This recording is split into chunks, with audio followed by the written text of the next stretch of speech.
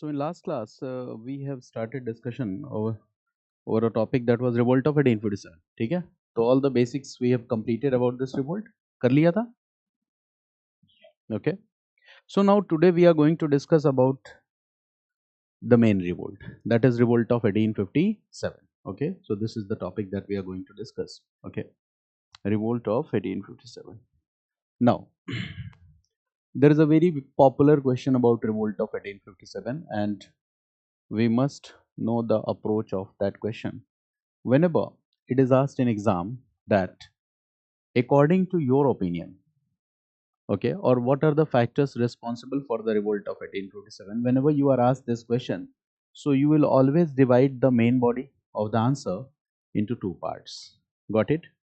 And what are these two parts? So and you can draw a sketch also, that colonial rule established in 1757, and this famous revolt took place in which year? 1857. Clear? So what was the revolt of 1857? So write this. The revolt of 1857 was a great expression. It was a great expression of accumulated grievances, great expression of accumulated grievances.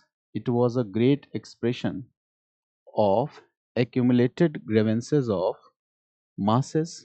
It was a great expression. So I have written one word here, that it was a great expression of what? Accumulated grievances of masses. Okay, during 100 years of colonial rule. During 100 years of colonial rule, it was a great expression of the accumulated grievances of masses during these 100 years of colonial rule. Clear? This is the definition of revolt of 1857. Now I hope you are understanding this definition. समझ पा रहे हो इस definition को? Why I have written it as a great expression? Because this was one of the major revolt. Okay. इसके पहले क्या है? Peasant revolt, tribal revolt. But here what we see, that different groups of people came together in this revolt. This revolt was started by sepoys. Okay. It was started by sepoys. But what happened later? Peasants, tribals, right? You can say that local rulers, displaced zamindars, ठीक है? They all became part of this revolt. Hindu Muslim unity was seen during this revolt. So if you look at the revolts, okay, between these 100 years, okay, and in these chain of revolts, you will find that revolt of 1857 was one of the most important. Got it? Now, what are the factors that are responsible for this revolt of 1857? So in factors, you can divide factors into two parts, right? You can divide factors into two parts. One is main factors, one is main factor or main reason, and the second is immediate factor or immediate reason. One is the main factor or main reason, and second is what? Immediate factor or immediate reason. Main factor क्या है? Whatever the topics that we have studied till now are the main factor. Peasant dissatisfaction, yes, right? Grievances of the peasants, yes. ठीक है? Artisans, traders, merchants, peasants, artisans, traders, right? And merchants. This all we have discussed. Tribal dissatisfaction was already there. Okay. Muslims के अंदर भी तो एक sense था that there was Muslim rule, and Muslim rule was replaced by British rule. Okay, in some of the revolts it was clear. Okay, we can say that the elite Indian class, it was already dissatisfied. Elite Indian class को replace करके कौन आ गया? British class. So they were already dissatisfied. The British were following a policy of racial superiority. Okay, and this will also create a dissatisfaction among the Indian elite class. Got it? ये भी एक reason है. The British, okay, during this period, what happened? 1757 to 1857. इस बीच में क्या था? एक period तो ये भी था ना, 1813 to 1857. इसमें ब्रिटिश ने क्या किया? They followed a policy of cautious intervention in socio-religious affairs of the Indians. याद आया? Cautious intervention, custom of sati, widow remarriage, promotion act. तो इससे क्या होगा, जो ऑर्थोडॉक्स इंडियंस हैं वो नाराज होंगे। Okay, so this is also one reason that British followed a policy of cautious intervention. Cautious intervention इस पीरियड में फॉलो किया था 1813 to 1857, right. In socio religious affairs of Indian, socio religious affairs में क्या किया, they followed a okay policy of cautious intervention, cautious intervention को follow किया, right. This is the point. And when they will follow this cautious intervention, obviously what will happen, cautious intervention की वजह से, got it. Okay, यहाँ पे orthodox Indians will be angry, they are not happy, this is one reason. Orthodox Indians were not happy, so they will support the sepoys. So different groups of people came together and they supported sepoys. सबसे जरूर इसमें एक सबसे important था the rulers of local states. We all know that Dalhousie came and Dalhousie introduced what, which policy, doctrine of lapse. इससे क्या हुआ, the local rulers lost their right to rule, ठीक है, वो अब अपने स्टेट को खो बैठे। The case of Jhansi we all know, the case of Awadh in 1856 pretext of misgovernance, and what about नाना साहब। तो आपको एंग्लो मराठा वॉर्स याद है, थर्ड एंग्लो मराठा वॉर्स के बाद that the centre of Peshwa was transferred from Poona to Kanpur, Kanpur में ले आया गया, ठीक है। और कानपुर में जो पेशवा थे नाना साहब, ओके, उनको ब्रिटिश गवर्नमेंट पेंशन देती थी। ब्रिटिश गवर्नमेंट ने मना कर दिया, कहा अब हम आपको पेंशन नहीं देंगे। So he was also dissatisfied. What about Mughal emperor, Mughal emperor कौन था, बहादुर शाह जफर, ठीक है। अब यहां पे प्रॉब्लम क्या थी, British authorities said that okay आपकी जो रॉयल फैमिली का अगला पर्सन है, और वैसे Bahadur Shah Zafar was a nominal ruler, ठीक है, 1857 तक आते आते बहुत सारी चीजें बदल चुकी थी। Okay, so British will say that now your son और योर सक्सेसर विल नॉट और can not hold the title of बादशाह, का अब आपका बेटा बादशाह नहीं कहलाएगा। और ये बहुत बड़ी बात थी कि मुगल बादशाह से उसका रीगल टाइटल छीन लिया जाना। ये छोटी मोटी बात है, बताओ। हिंदुस्तान के बादशाह से आपने क्या किया, कहा कि अब this regal title will not be continued, okay, in case of your successors. So abolition of regal titles, Bahadur Shah Zafar के केस में एक प्रॉब्लम ये भी है, abolition of regal titles, that is successor can not have this regal title. अब उसका successor उस Regal title को नहीं होल्ड कर सकता, got it. So this is also one of the reason, regal titles, got it। So all these are the factors, main factors, okay। Agriculture was overburdened, agriculture now was suffering, there was growing poverty among the peasant class, impoverishment among the peasant class, handicraft industry भी decline हो गया था, artisans का काम धंधा भी ठप पड़ गया है, ट्रेड एंड कॉमर्स किसके हाथ में सेंट्रलाइज होता चला जा रहा है, ब्रिटिश के हाथ में, ठीक है, इंडियंस के पास से वो कंट्रोल कम हो रहा है। इन सब सिचुएशन में क्या होगा, Indians are dissatisfied, it's not only sepoys who are dissatisfied, masses are dissatisfied by the colonial rule, ठीक है। 100 इयर्स हो चुका, और इसके पहले जो भी रिवोल्ट्स और रिबेलियंस थे वो क्या थे, they were the expression of this dissatisfaction, वो इसी डिससेटिस्फेक्शन को तो एक्सप्रेस कर रहे थे। बट सिचुएशन चेंज होती है, ठीक है, सेपॉय इश्यूज के साथ, सेपॉय इश्यूज के साथ, and that was the immediate reason, sepoy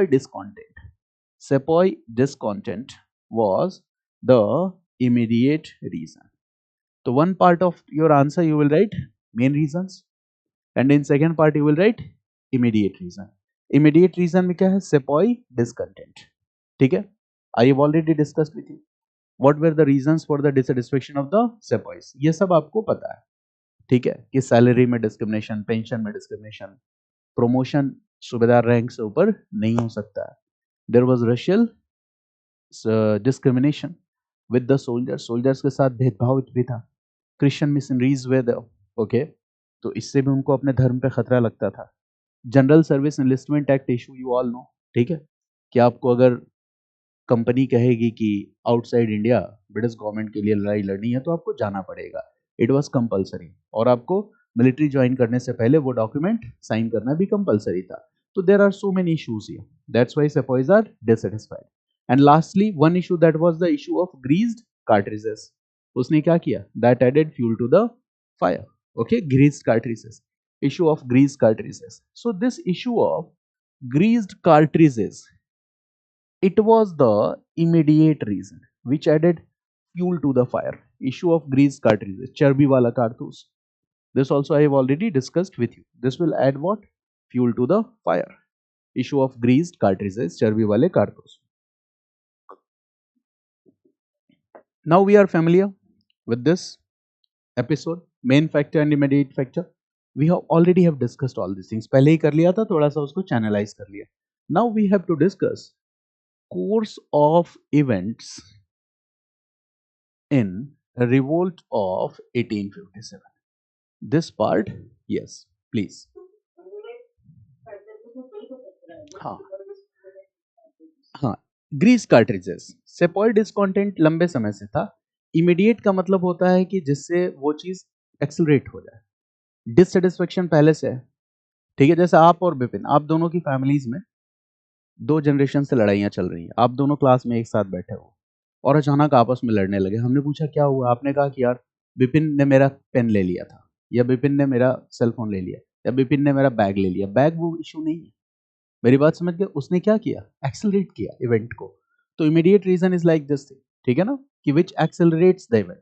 already there is dissatisfaction, but उसकी वजह से क्या होगा? वो पूरा का पूरा रिवोल्ट स्टार्ट हो जाएगा. That is immediate reason. ठीक है.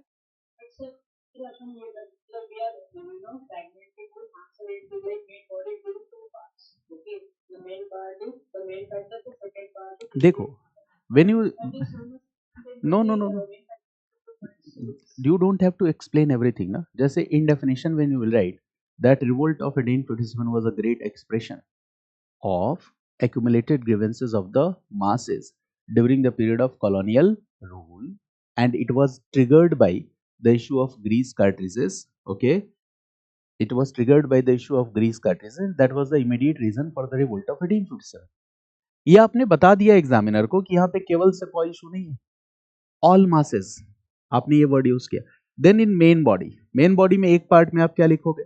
Okay, that revolt of 1857 okay was a result of dissatisfaction, okay, that has arisen during this period 1757 to 1857. और फिर एक स्केच ड्रॉ कर दो और उसमें एरो मार्क दे के लिख दो peasants, artisans, traders, merchants, intellectual class, rulers.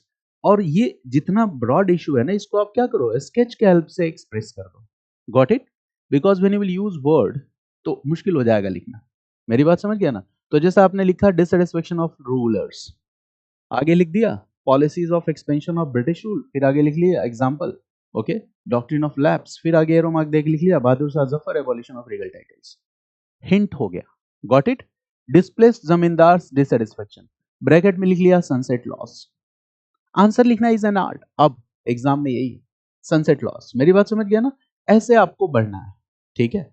तो आपने कुछ चीजें स्केच से दिखला दी, फिर क्या किया? इमीडिएट रीजन लिखा. इमीडिएट रीजन में सेपॉय डिस्कॉन्टेंट है ना, but grease cartridges issue was the immediate reason, ठीक है ना.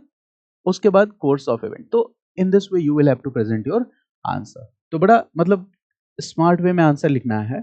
और इसीलिए मैंने कहा ना कि जब हम कंटेंट पढ़ रहे हैं तो जरूरी यह है कि हम अपने कंटेंट में स्ट्रीमलाइन, बिखरे नहीं, इधर उधर ना जाए. बहुत सारी चीजें हैं, रिवोल्ट ऑफ 1857 तमाम कहानियां हैं, ठीक है, बट उन सारी स्टोरीज को मैं क्यों नहीं लाता हूं? वो इस क्लास के लिए नहीं है, उसके लिए दूसरी क्लास है. मेरी बात समझ रहे, जिसमें माहौल बनेगा, बच्चा सोचेगा टीचर के पास कितनी अनोखी अनोखी जानकारियां हैं, ठीक है. एक तो बहुत बड़ा इश्यू हो गया मार्केट में बने रहने के लिए लोगों की साइकोलॉजी से लड़ना. मैं तो आजकल खूब टाइम है मेरे पास, खूब सारे यूट्यूब वीडियोस देखता हूँ. So sometimes the teachers want to create an impression on the students कि देखो मैं कितना बड़ा ज्ञानी हूं. और this will create another problem for the students because okay you will be confused कि इस पूरे 3 घंटे की लेक्चर से मुझे लिखना क्या है. जबकि लेक्चर कैसी होनी चाहिए? कभी भी आप 1 आवर, 2 आवर, 3 आवर, 4 आवर किसी भी वीडियो को, this is an honest advice. आपने क्या सीखा? आपने जो सीखा वो लिख पा रहे हो कि नहीं? That is the only parameter. अगर सुनने के बाद सर में दर्द हो जाए, आप कुछ लिख ही नहीं पा रहे हो, तो मतलब क्या है? ठीक है, एरिस्टोटल से पढ़ रहे हो कि सोक्रेटिस से पढ़ रहे हो, क्या फर्क पड़ता है? बिपिन ही पढ़ा दे, अगर आपको कॉन्सेप्ट समझ में आ जाए तो मैं तो कहूंगा यार Bipin is a good teacher. मैं तो कहता हूं मेरे स्टूडेंट मुझसे बेटर पढ़ा सकते हैं। ठीक है, अगर आप स्ट्रीमलाइन रहोगे तो this exam is all about this. इतने सारे मॉड्यूल्स हैं, बिखर के हम कैसे चीजों को कंप्लीट कर सकते हैं? पॉसिबल नहीं है। ठीक है, पॉसिबल ही नहीं है। तो अब आप लिख लोगे आंसर को। तो जितनी चीजें आपने पढ़ी हैं, कोशिश क्या करना है? कंसोलिडेट करना है। कैसे? With the help of sketches, graph, ठीक है, और पॉइंट्स, मेन पॉइंट्स को उसमें से निकालना है। ये आर्ट आपको डेवलप करनी है। Got it? इतना करना है। और बुक रीडिंग आपने करी थी क्लास 8 की बुक में, कितना अच्छा दिया हुआ, रिवोल्ट ऑफ 1847, इंडिगो रिवोल्ट भी बहुत अच्छा है, पढ़ना है उसको। राइट, चलिए। Now we are coming to the course of events. I will discuss some of the important facts here. Okay, in course of event वो फैक्ट क्या है समझो। There are some facts here. The main revolt start on 10th में। वैसे यही date आप याद रखोगे। If someone ask you when revolt of 1857 started, so you will remember which date? 10th में 1857। ठीक है, ये यहां से स्टार्ट होता है। कहां से स्टार्ट होता है? तो मेरठ से। Meerut. But there are some important events before this date. इसके पहले भी कुछ इंपॉर्टेंट इवेंट्स हैं that we must know. And what are those events? तो one event is on in Feb 1857। देखो एक इवेंट यहां पे है, that is in Feb 1857। Draw this structure. Feb 1857, this is second Feb 1857। Date आपको एक ही याद रखनी है, 10th में। ठीक है ना? Another event is in March, March 1857, and this is 29th मार्च। ये 29th मार्च है। ठीक है। थर्ड इंपॉर्टेंट इवेंट इन इन मई। तो एक इवेंट मई का हो गया, the another is in March, and the first is in Feb. तो फेब का इवेंट क्या है? ठीक है, मैंने कहा कुछ भी शुरू होगा तो कहां से शुरू होगा? बंगाल से। चाहे वो लैंड रेवेन्यू पॉलिसी हो, ब्रिटिश रूल हो, सोशलिस्ट रिफॉर्म्स हो। तो रिवोल्ट ऑफ 1857 की भी बिगिनिंग कहां देखने को मिली? बंगाल में। बंगाल में कहां पर? बहरामपुर। ये मुर्शिदाबाद बंगाल का एक इलाका है। Right this, Baharampur. Okay, Baharampur, Baharampur, Murshidabad, Bengal, Murshidabad, Bengal, Baharampur, Murshidabad, Bengal, ये वाला एरिया। ठीक है ना? बहरामपुर, मुर्शिदाबाद, बंगाल। ठीक है, यहां पे इन्फेंट्री है, 19th Bengal native infantry. Read this, 19th Bengal native infantry. 19th Bengal native infantry is the infantry. ये infantry, 19th Bengal native infantry. Got it? Okay. अब इसके बाद देखो दूसरा इवेंट जो है, यहां पे क्या हुआ है? Okay, read this, an important event here. Read this. The sepoys, the sepoys refused to use. Here, what happened? The sepoys refused to use the newly introduced rifle and its cartridges. Newly introduced rifle and its cartridges. Newly introduced rifle and its cartridges. तो बताओ issue क्या है? वही है ना, cartridge and rifle. Okay, right. Result, read this infantry was disbanded. इसको भंग कर दी गई, because this is a kind of act of indiscipline. ठीक है, सेना में आप ऑर्डर को रिफ्यूज नहीं कर सकते, डिफाइन नहीं कर सकते। So this regiment was disbanded. ठीक है, अब दूसरी घटना कहाँ? Second event, right this, Barrackpore, Calcutta. Second event कहां से रिलेटेड है? This is Barrackpore, Barrackpore, Calcutta, Barrackpore, Calcutta, Barrackpore, Calcutta. ठीक है, और यहाँ क्या है? 34th इन्फेंट्री है। राइट, 34th इन्फेंट्री में क्या है? Sorry, 29th infantry. Right this, sepoy Mangal Pandey, sepoy Mangal Pandey, Mangal Pandey, Mangal Pandey resisted for the same reason, resisted for the same reason and cause. यही मुद्दा था, resisted for the same reason and cause.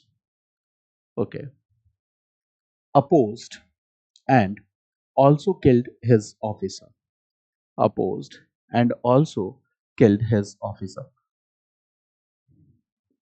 also killed his officer.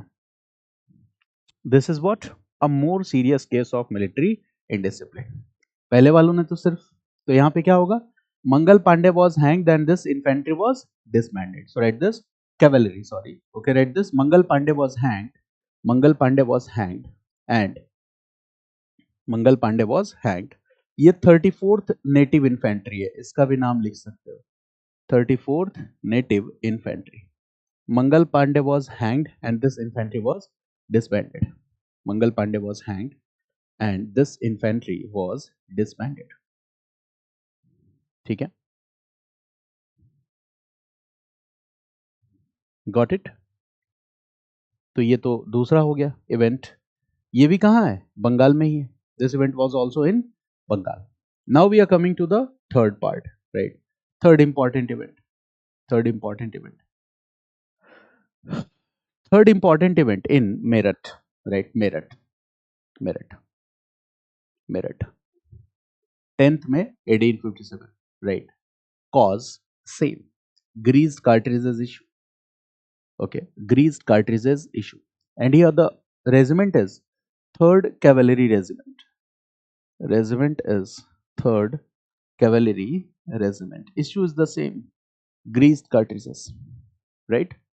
And that is the 3rd Cavalry Regiment. Issue is the same, greased cartridges. Same issue, greased cartridges. And the regiment is, okay, 3rd Cavalry Regiment. Okay, अब यहाँ पे क्या होगा? What the soldiers will do?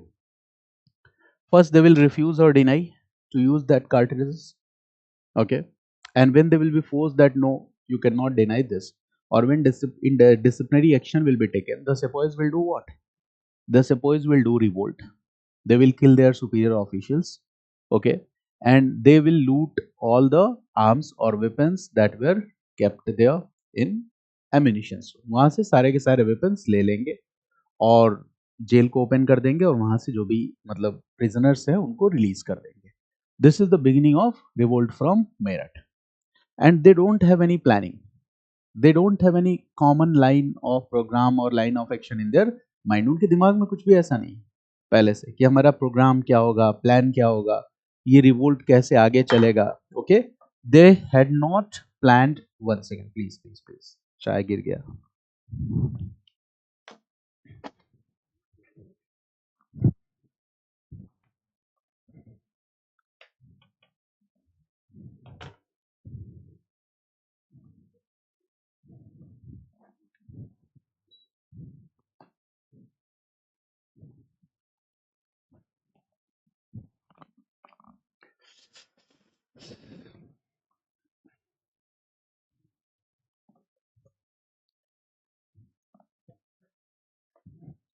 चलिए, तो सेपॉइज ने क्या किया था, इनके दिमाग में कोई प्लान नहीं था. There was no any common plan, line of action, कुछ नहीं था. There was nothing in their mind.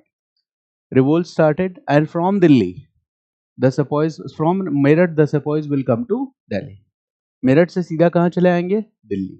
And in Delhi Red Fort there was the Mughal emperor Bahadur Shah Zafar.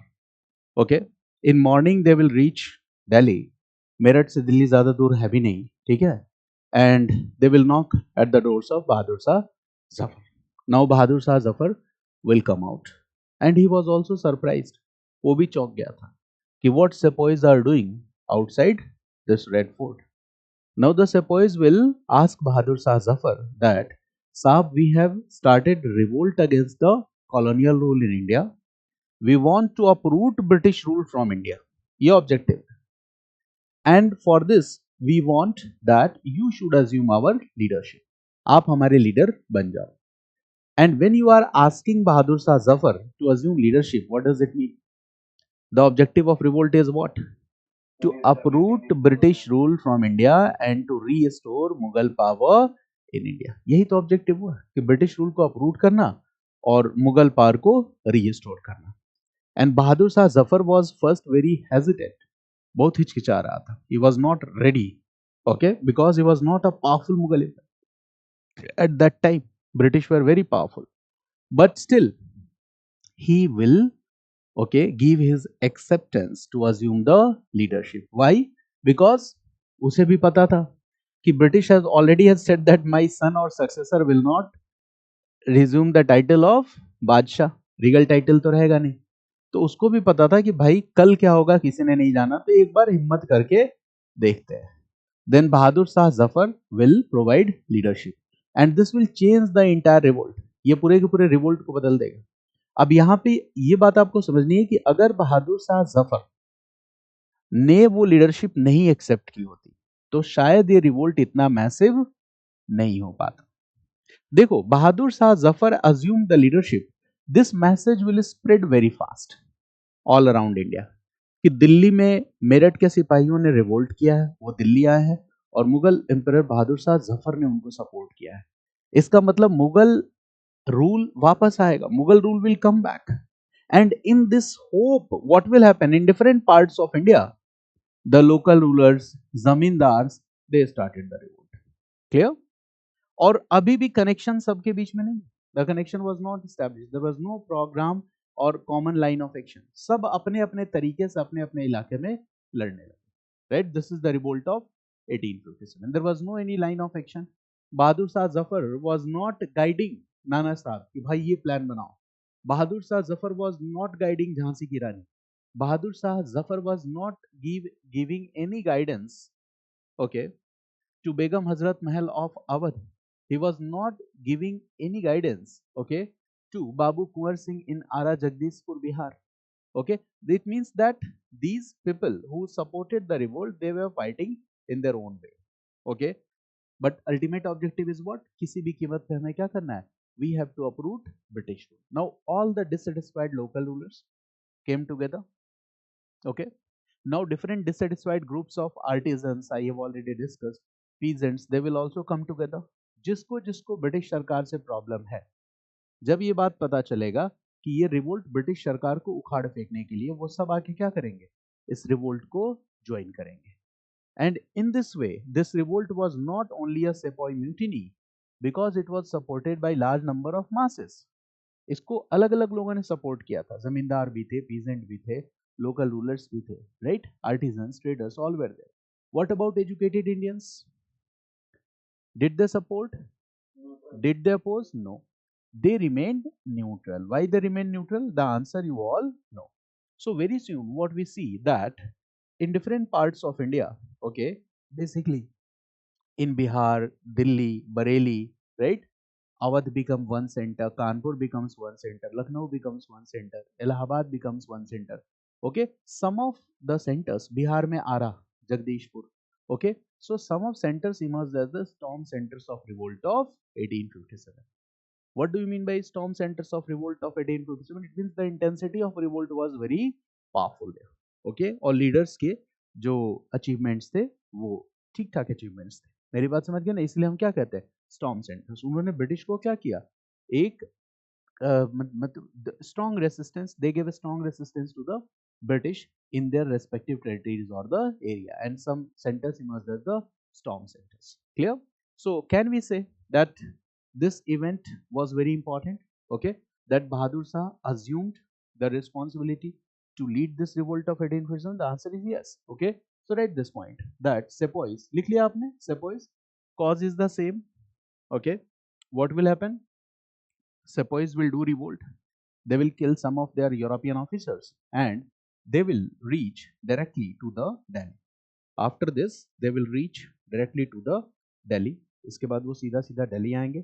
They will reach directly to the Delhi and will ask Bahadur Shah Zafar, and they will ask Bahadur Shah Zafar to assume, and they will ask Bahadur Shah Zafar to assume leadership of this revolt.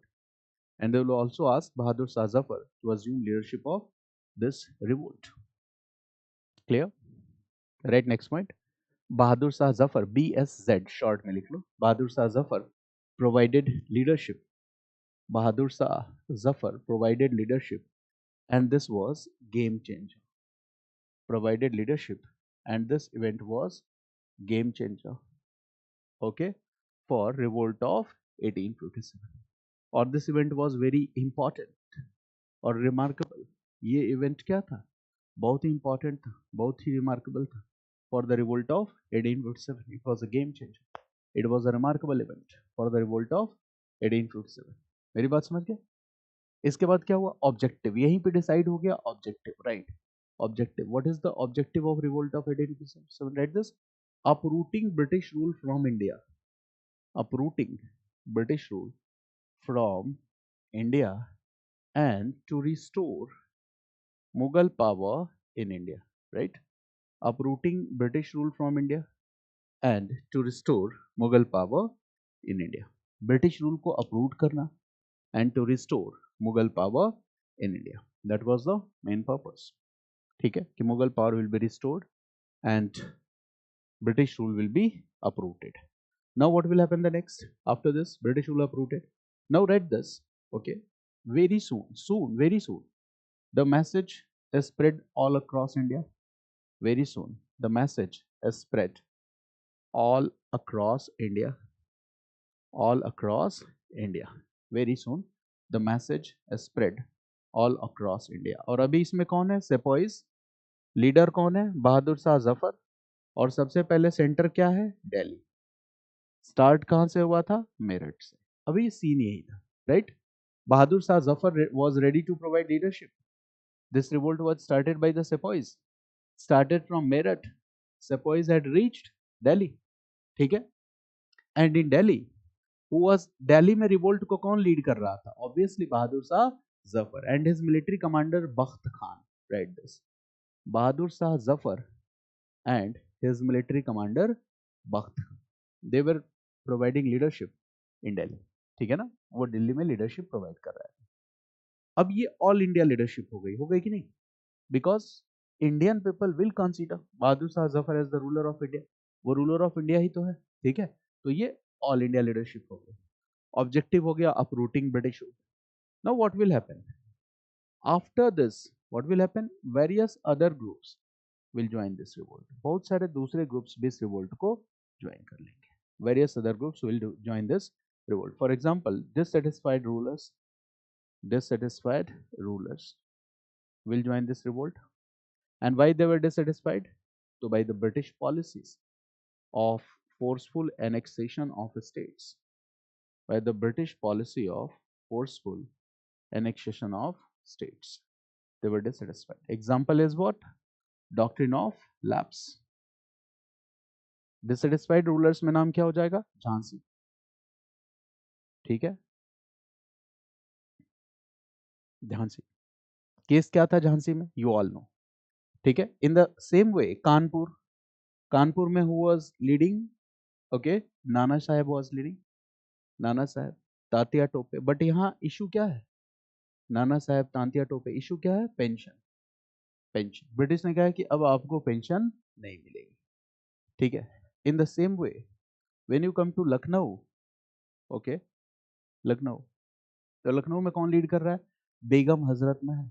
बेगम हजरत महल। बेगम हजरत महल। ठीक है? बेगम हजरत महल ने ब्रिजेश कादिर को नवाब announce किया। British उसको accept करने के लिए तैयार नहीं थे, तो Begum Hazrat Mahal was fighting for the same reason. Disbanded soldiers and talukdars of Awadh region, पहले ही बता चुका हूं आपको, that they played very important role. Disbanded soldiers and talukdars of Awadh, वो भी आके ज्वाइन कर लेंगे। You all know the reason, okay? पहले बता चुका, disbanded soldiers and talukdars of Awadh, exactly. तो वो लोग आके ज्वाइन कर लेंगे बिकॉज सोल्जर्स आर अनएम्प्लॉयड। आप बताओ, displaced zamindars will come and join और not? Yes, they will also come and join here. Displaced zamindars will also come and join this revolt. ये भी आ जाएंगे displaced zamindars. They will also come and join this revolt. ठीक है ना? Peasants, yes. यहाँ पे एक और नाम है, read this. अवध में तो बेगम हजरत महल लिख लिया आपने, लखनऊ बेगम हजरत महल। Bareilly, there is an important name. Khan Bahadur Khan was providing leadership. From Bareilly, Khan Bahadur Khan was providing leadership. एक और सेंटर था Bihar, that was very important center. Arrah region, Bihar Arrah, Jagdishpur. Babu Kunwar Singh was providing leadership. Babu Kunwar Singh was providing leadership. In Faizabad, Maulvi Ahmadullah, ये भी एक important fact है।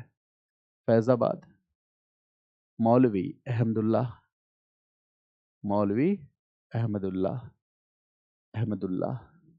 अब देखो ये मुस्लिम नेम्स हैं, खान बहादुर खान, मौलवी अहमदुल्ला, बहादुर Shah Zafar, Begum Hazrat Mahal, Bakht Khan, all these are what, Muslim names. ठीक है, तो इस पूरे के पूरे रिवोल्ट में आपको क्या दिख रहा है? Hindu Muslim unity. Obviously the peasants will do support और not, what is your opinion? Yes, peasants भी आएंगे साथ में, peasants will also come, they will come, artisans, traders, merchants, they will also come. जो जो डिससेटिस्फाइड है वो आके जुड़ जाएगा। ठीक है, पीजेंट्स ने भी तो अपनी जमीन खोई थी, peasants also had lost land due to the British land revenue policies, so they will also come and join this revolt. ठीक है ना? Now tell me, looking at this structure, can you say that it was only a sepoy mutiny? No, but British historians, colonial historians write this as sepoy mutiny only. ठीक है, वो क्या लिखते हैं? sepoy mutiny. So there is a historical debate around the name of this revolt. We'll also discuss. Okay, so this is what revolt of 1857. Now, what are the limitations of this revolt of 1857? अच्छा, educated Indians, ये prelims का question है, याद रखना है इसको अलग से, पहले भी बता चुका हूँ। Read this, educated Indians, educated intellectuals will do what? They will remain neutral.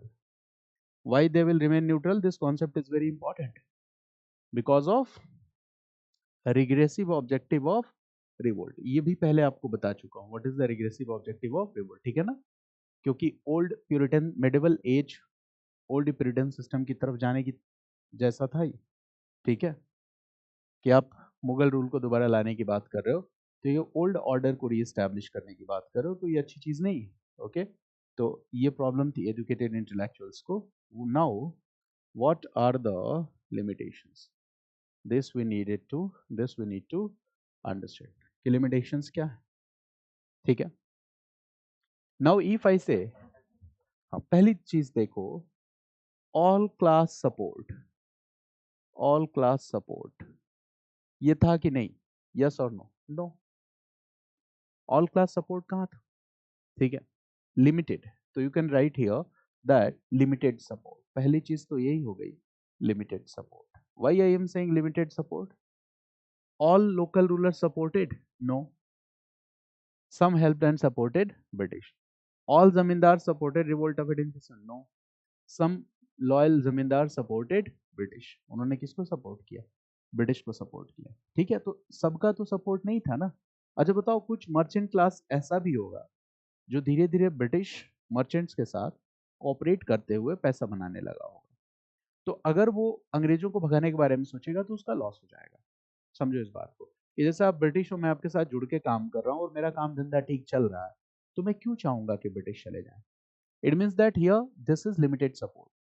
All local rulers will not participate, all zamindars will not participate. Okay, those who are dissatisfied will participate, otherwise some will support British also. कुछ क्या करेंगे? British को भी support करेंगे। एक तो ये reason हो गया लिमिटेड सपोर्ट। सेकंड ऑब्जेक्टिव क्या हो गया? सेकंड लिमिटेशन क्या हो गया? Right this, regressive objective of the revolt, regressive objective of the revolt. ठीक है, uproot uprooting British Empire and reinstalling reinstalling Mughal rule or restoring Mughal rule, Mughal power, ये क्या है? This is like bringing back, this is like bringing back, okay, medieval system और old order, ये old order को लाने जैसा है। ठीक है, ये भी इसका एक limitation. Now the third important limitation is what? Okay, was there a common program, line of action?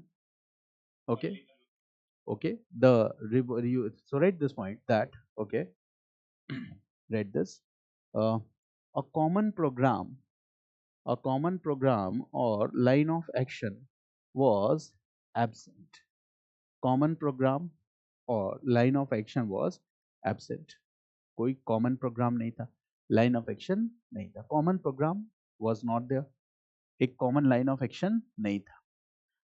Can we say that all the rulers who participated in this revolt of 1847 were fighting for the single cause or the common cause? No. Exactly prelims में ये words पे ध्यान रखना है आपको, ठीक है ना। स्टेटमेंट बेस्ड क्वेश्चन में the local rulers who participated had their own concerns, उनकी अपनी प्रॉब्लम्स हैं, वो उसको सॉल्व करने के लिए लड़ रहे हैं, वो हिंदुस्तान के लिए नहीं लड़ रहे थे। यही सबसे बड़ी लिमिटेशन है, लिमिटेशन ऑफ नेशनलिज्म, ये भी था। Okay, so right here next point, right the local rulers who participated where fighting for their own individual concerns, own individual concerns. The local rulers who participated were fighting for their own individual, okay, they were fighting for their own individual concerns. वो खुद के concerns के लिए लड़ रहे थे, okay। तो problem यहाँ क्या है, लिमिटेशन क्या है? No unified, okay, you can say objective, कोई यहाँ पे है एक all India objective, but here they all are fighting for their own individual concern. Example क्या है? झांसी रानी fighting to reinstate the rights of her son, right? And Nana Sahib fighting for Peshwa, तो fighting for pension, sorry, fighting for pension। तो सबके क्या है, अपने individual concerns हैं, right? Next point, okay, it means, right, next point, right, the revolt was not well organized, the revolt was not well organized, the revolt was not well organized, not well organized, okay, got it, not well organized। Can we say that the poor leadership is also responsible for this? Yes, Bahadur Shah Zafar provided leadership, but this was not a powerful leadership। मेरी बात समझ गया ना? आप leader तो बन गए, लेकिन आप पावरफुल लीडर नहीं थे, क्योंकि वो ऑर्गेनाइजेशन लाना, वो कॉमन लाइन ऑफ एक्शन बनाना, सबसे कोऑर्डिनेट करना, ये किसका काम होगा? लीडर का काम होगा। तो यहाँ पे लीडर ही फेल कर गया इस काम में, है ना। So right this point that in with this respect we see that Bahadur Shah Zafar's leadership was a poor leadership. It was not a strong leadership, it was not a powerful leadership. Bahadur Shah Zafar's leadership was a poor leadership, it was not a strong or powerful leadership, ठीक है। It was a poor leadership, it was not a strong or powerful leadership, got it। ये strong और powerful leadership नहीं था, clear। It was not a strong or powerful leadership, ठीक है। इसके बाद unequal kind of struggle, can we say? Yes, unequal nature of struggle, read this, unequal nature of struggle, unequal nature of struggle, yes, regional nature, very good, unequal nature of struggle। unequal कैसे था? Compare the military resources that these rebels had and the British authorities, ठीक है। तो देखो, the British authorities, British company, the soldiers were well trained, उनके पास arms and equipments थे, military help and support था। If they will need further support, वो बाहर से भी सोल्जर्स बुला सकते थे। मेरी बात समझ गया ना। सो this was a kind of unequal nature of struggle, right. Next point, okay, एक और पॉइंट हम लिख सकते हैं, that is regional nature of revolt, regional nature of revolt, regional nature of revolt and limitations of nationalism, regional nature of revolt and limitations of nationalism. यहाँ पे क्या है? Limitations of nationalism. Now there is a historical debate, okay, and this debate revolves around two concepts। देखो, historical debate, and we need to know the statements only। इस पूरे के पूरे historical debate में हमें नहीं जाना है, but yes, some important debates we know, historical debates। तो देखो, one group of historians is colonial historians, read this, colonial historiography, colonial historiography, ठीक है, colonial historiography। एंड दूसरी जो ब्रांच है वो है nationalist historiography, nationalist historiography, colonial historiography and the second group is nationalist historiography. देखो, कॉलोनियल हिस्टोरियोग्राफी का एक प्रेजुडिस्ड एजेंडा है, और वो प्रेजुडिस्ड एजेंडा क्या है? That when they will write history, they will try to prove this fact or establish this fact that British rule in India was, okay, for the betterment of Indians। हमेशा वो ये बात proof करना चाहेंगे, ये prejudice के साथ वो हिस्ट्री लिखते हैं। उनका अपना एक सेट फॉर्मेट है दिमाग में कि कुछ किसी भी इवेंट को इस तरह से नरेट करके दिखलाओ कि ये बात हम स्टैब्लिश कर सकें। ओके, सो कॉलोनियल हिस्टोरियंस का प्रिजुडिस एजेंडा क्या है? Read this. Okay, they wanted, read this, to provide to provide validation, to provide validation for the presence of British rule in India, to provide validation for the presence of British rule in India. India में British rule के presence को क्या करना? Validate करना। To provide validation for the presence of British rule in India, ये इनका prejudiced agenda है। ठीक है, and what they will try to prove? They will try to prove that British rule in India was for the betterment of Indians। ये prove करने की कोशिश करेंगे, बेटरमेंट ऑफ इंडियंस। एकदम सिंपल वे में बता रहा हूं। कॉलोनियल हिस्टोरियोग्राफी, जब आप स्पेक्ट्रम पढ़ते हो तो उसका एक चैप्टर हिस्टोरियोग्राफी का भी, ठीक है, मत पढ़ना उसको, एक वीडियो बनाऊंगा वो देख लेना, ठीक है ना, क्योंकि फिर आपको कंक्रीट इंफॉर्मेशन मिल जाएगा, जितना चाहिए उतना मिल जाएगा, ठीक है ना, राइट। तो this is what betterment of Indians. अब देखो क्या है, रिवोल्ट ऑफ 1857, इतना बड़ा revolt, massive revolt, will it be able to expose the British in India, British administration in India? Revolt क्यों होगा? अगर अंग्रेजों के आने से हिंदुस्तान की जनता इतनी खुश थी तो रिवोल्ट क्यों करती? यानी कि इतने बड़े पैमाने पे रिवोल्ट का होना, और उस रिवोल्ट को सेपॉइज ने स्टार्ट किया और आगे चल के वेरियस ग्रुप्स ने सपोर्ट किया, this shows that British administration, companies administration India is what not for the betterment of Indians. अगर ये बात स्टैब्लिश हो जाएगी कि रिवोल्ट बहुत बड़ा था और इसे हिंदुस्तान के कई सारे ग्रुप्स ने सपोर्ट किया था, इसका मतलब वो सारे ग्रुप कंपनी एडमिनिस्ट्रेशन से खुश नहीं है, they are not happy with the company administration. मेरी बात समझ गया? In this situation what will be done? क्या किया जाएगा? एक नया नैरेटिव तैयार किया जाएगा कि भाई ये रिवोल्ट इतना बड़ा रिवोल्ट नहीं था, this was not a massive revolt, this was only a sepoy mutiny. ये तो केवल सेपॉय म्यूटिनी था। और ये भी सेपॉय म्यूटिनी क्यों था?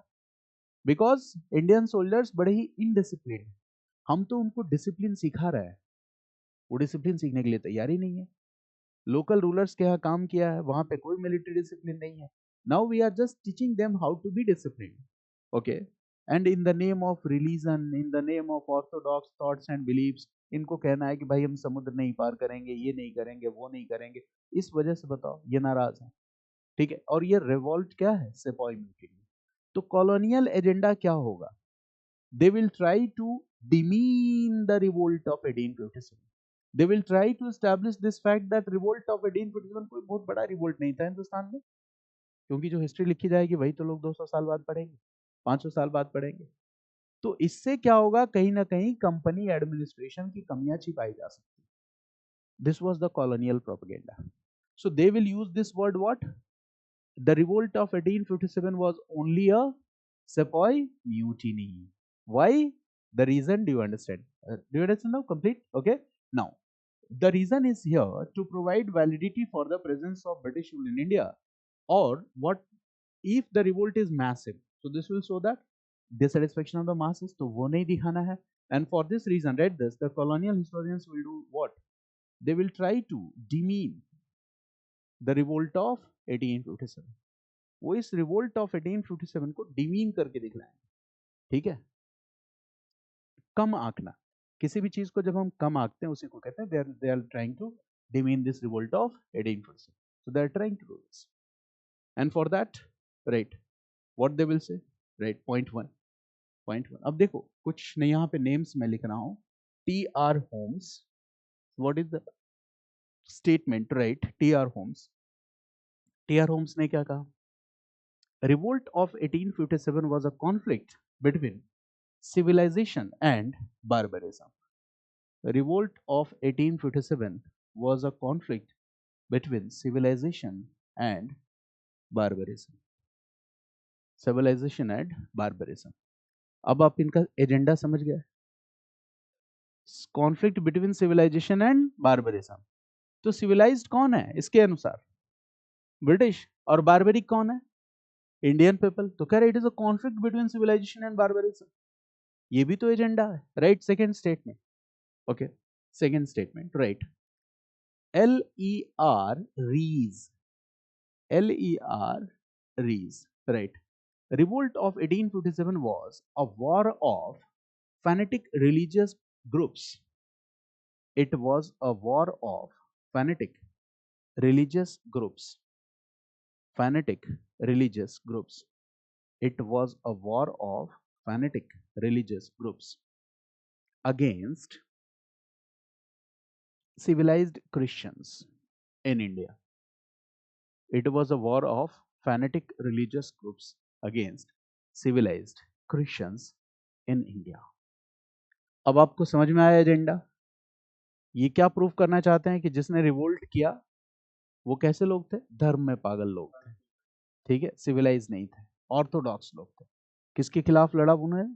सिविलाइज्ड क्रिश्चियंस के खिलाफ लड़ाई लड़ी, ठीक है, right? Third point, okay, right? Outram and Taylor, Outram and Taylor, ये हिस्टोरियन क्या कहते हैं? Outram and Taylor, right this?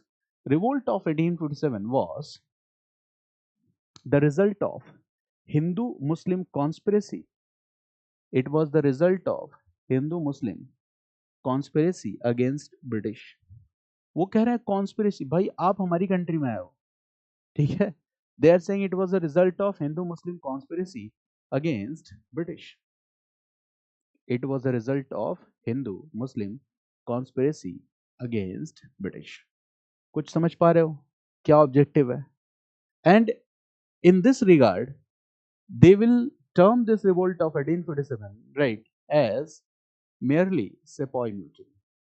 That ये क्या था? केवल और केवल sepoy mutiny था. It was only a sepoy mutiny. Revolt of 1847 was only or merely a sepoy mutiny.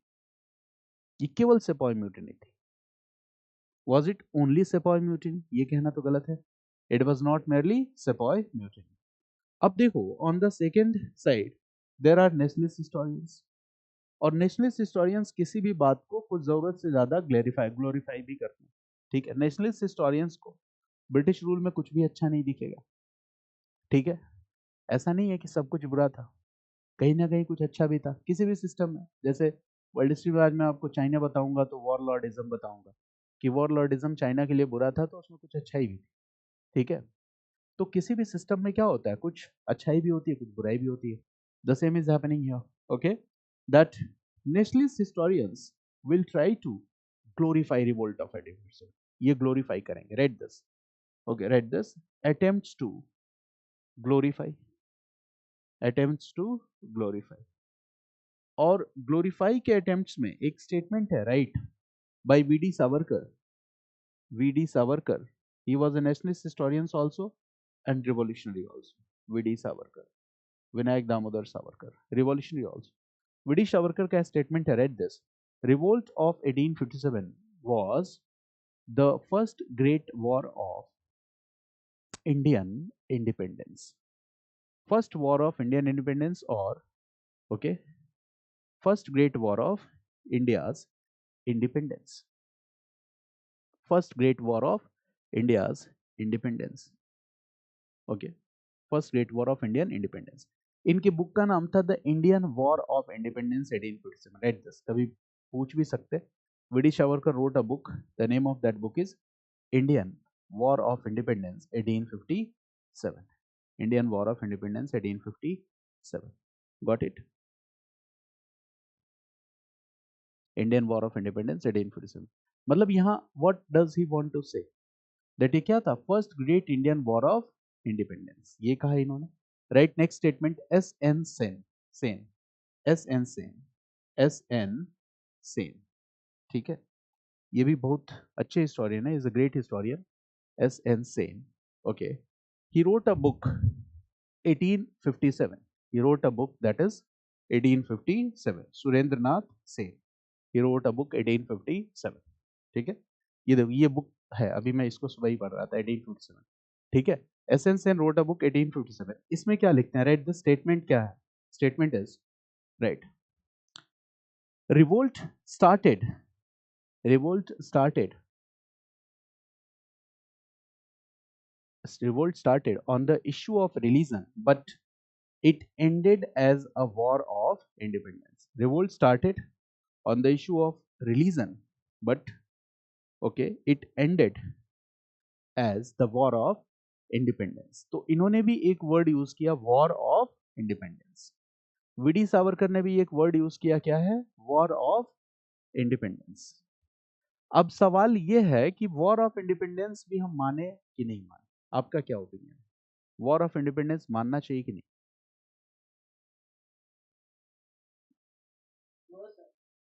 तो व्हाट शुड वी कंसीडर? तो देखो, इसमें इसमें एक बिपिन चंद्रा का ओपिनियन है, वही मैं आपके साथ कोट करूंगा, बेसिकली उनका है. But when ever someone ask you your opinion, तो आप उन्हीं का वाला ओपिनियन बता देना है, नाम नहीं बताना है कि किसने दिया. ठीक है. सो यही करते हैं, एस्टैब्लिश्ड बिलीव्स पे ही जाते हैं, राइट. तो देखो क्या है, यहाँ पे दो डिबेट है. It was merely a sepoy mutiny, it was merely a sepoy mutiny. क्या ये केवल एक सेपॉय म्यूटिनी था? The answer is no. ये तो क्लियर है कि this was an attempt to demean revolt of 1857. ये कोशिश क्या थी, अटेम्प्ट करना डिमीन रिवोल्ट ऑफ 1857. ये colonial propaganda. This was an attempt to demean revolt of 1857. तो ये तो गलत है. बट सवाल आता है, was it okay first great war of India's independence? तो द आंसर इज नो. ये भी कहना सही नहीं. This is what, okay, this is an attempt to glorify, or you can say that over glorification. ये कुछ over glorification हो गया. क्यों हो गया, समझो. what was the objective of revolt of 1857? क्या था objective? what was the objective of revolt of 1857? क्या था objective? to restore Mughal power in India. यही objective था ना. to uproot British rule from India. ये तो ठीक है, British rule from India, इसको हम clean chit दे देंगे. yes, this is good. But दूसरा पार्ट क्या था? To restore Mughal power in India. And now tell me, this part is what? Regressive or not? ये पार्ट क्या है? Regressive.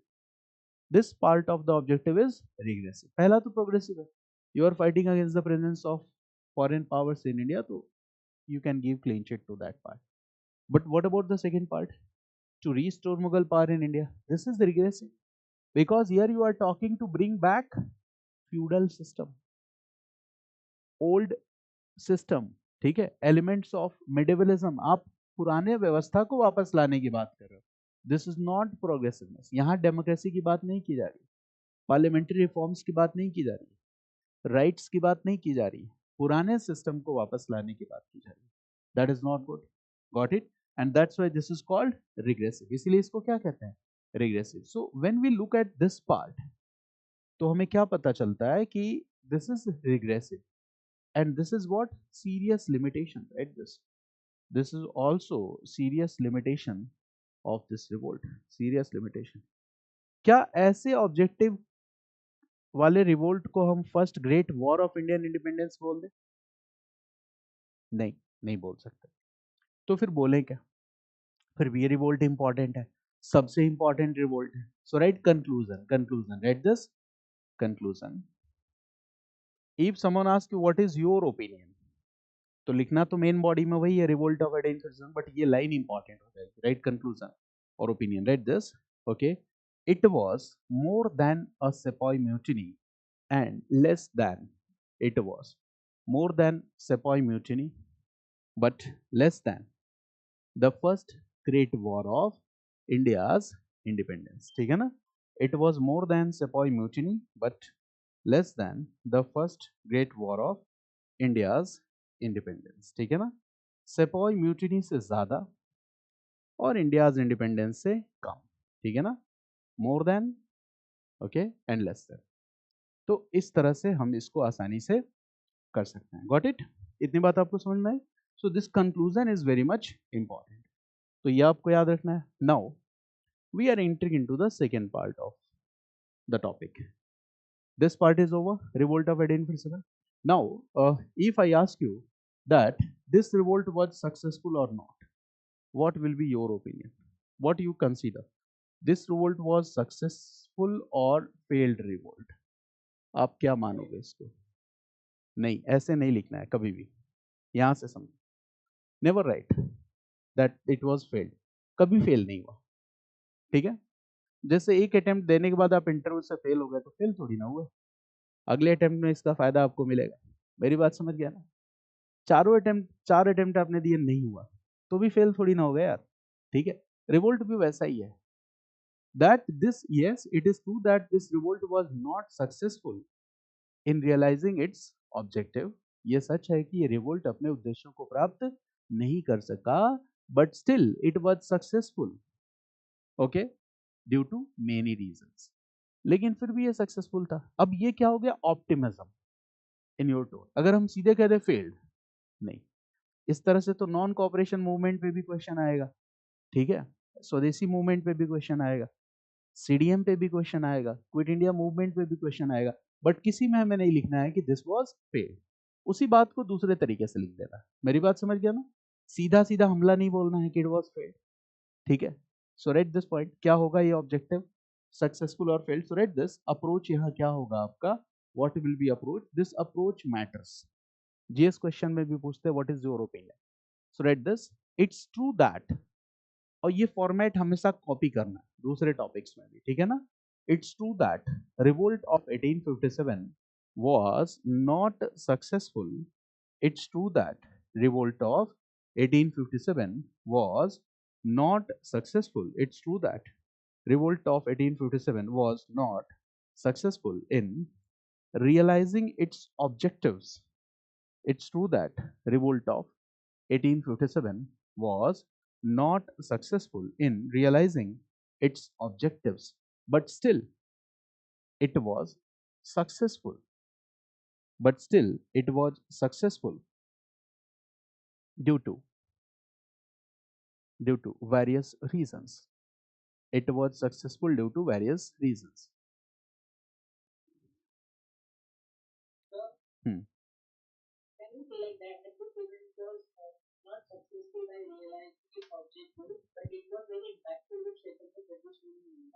हाँ, मतलब नॉट सक्सेसफुल क्यों ही लिखना है, उसको बचा दिया हमने। हमने क्या लिखा, this revolt was not successful in realising its objective. सीधे हमने ऑब्जेक्टिव्स की बात की, but it was successful due to various other reasons, ठीक है। In this way, right point one, पहला क्या हो जाएगा, okay, right this, it paved the way for the future political struggle in India. भविष्य में हमारा जो संघर्ष था, पॉलिटिकल स्ट्रगल था, उसके लिए जमीन तैयार कर दी इस रिवोल्ट ने। Is paved the way for the future political struggle in India। It paved the way for the future political struggle in India। Got it? Paved the way for the future political struggle in India। Second point क्या होगा? It paved the way for the future political struggle। दूसरा क्या होगा? अच्छा बताओ, क्या इस revolt ने इंडियंस के अंदर एक सेंस ऑफ वननेस को क्रिएट किया? यस और नो? क्योंकि अब तक का सबसे मैसिव रिवोल्ट था, डिफरेंट ग्रुप्स पार्टिसिपेटेड।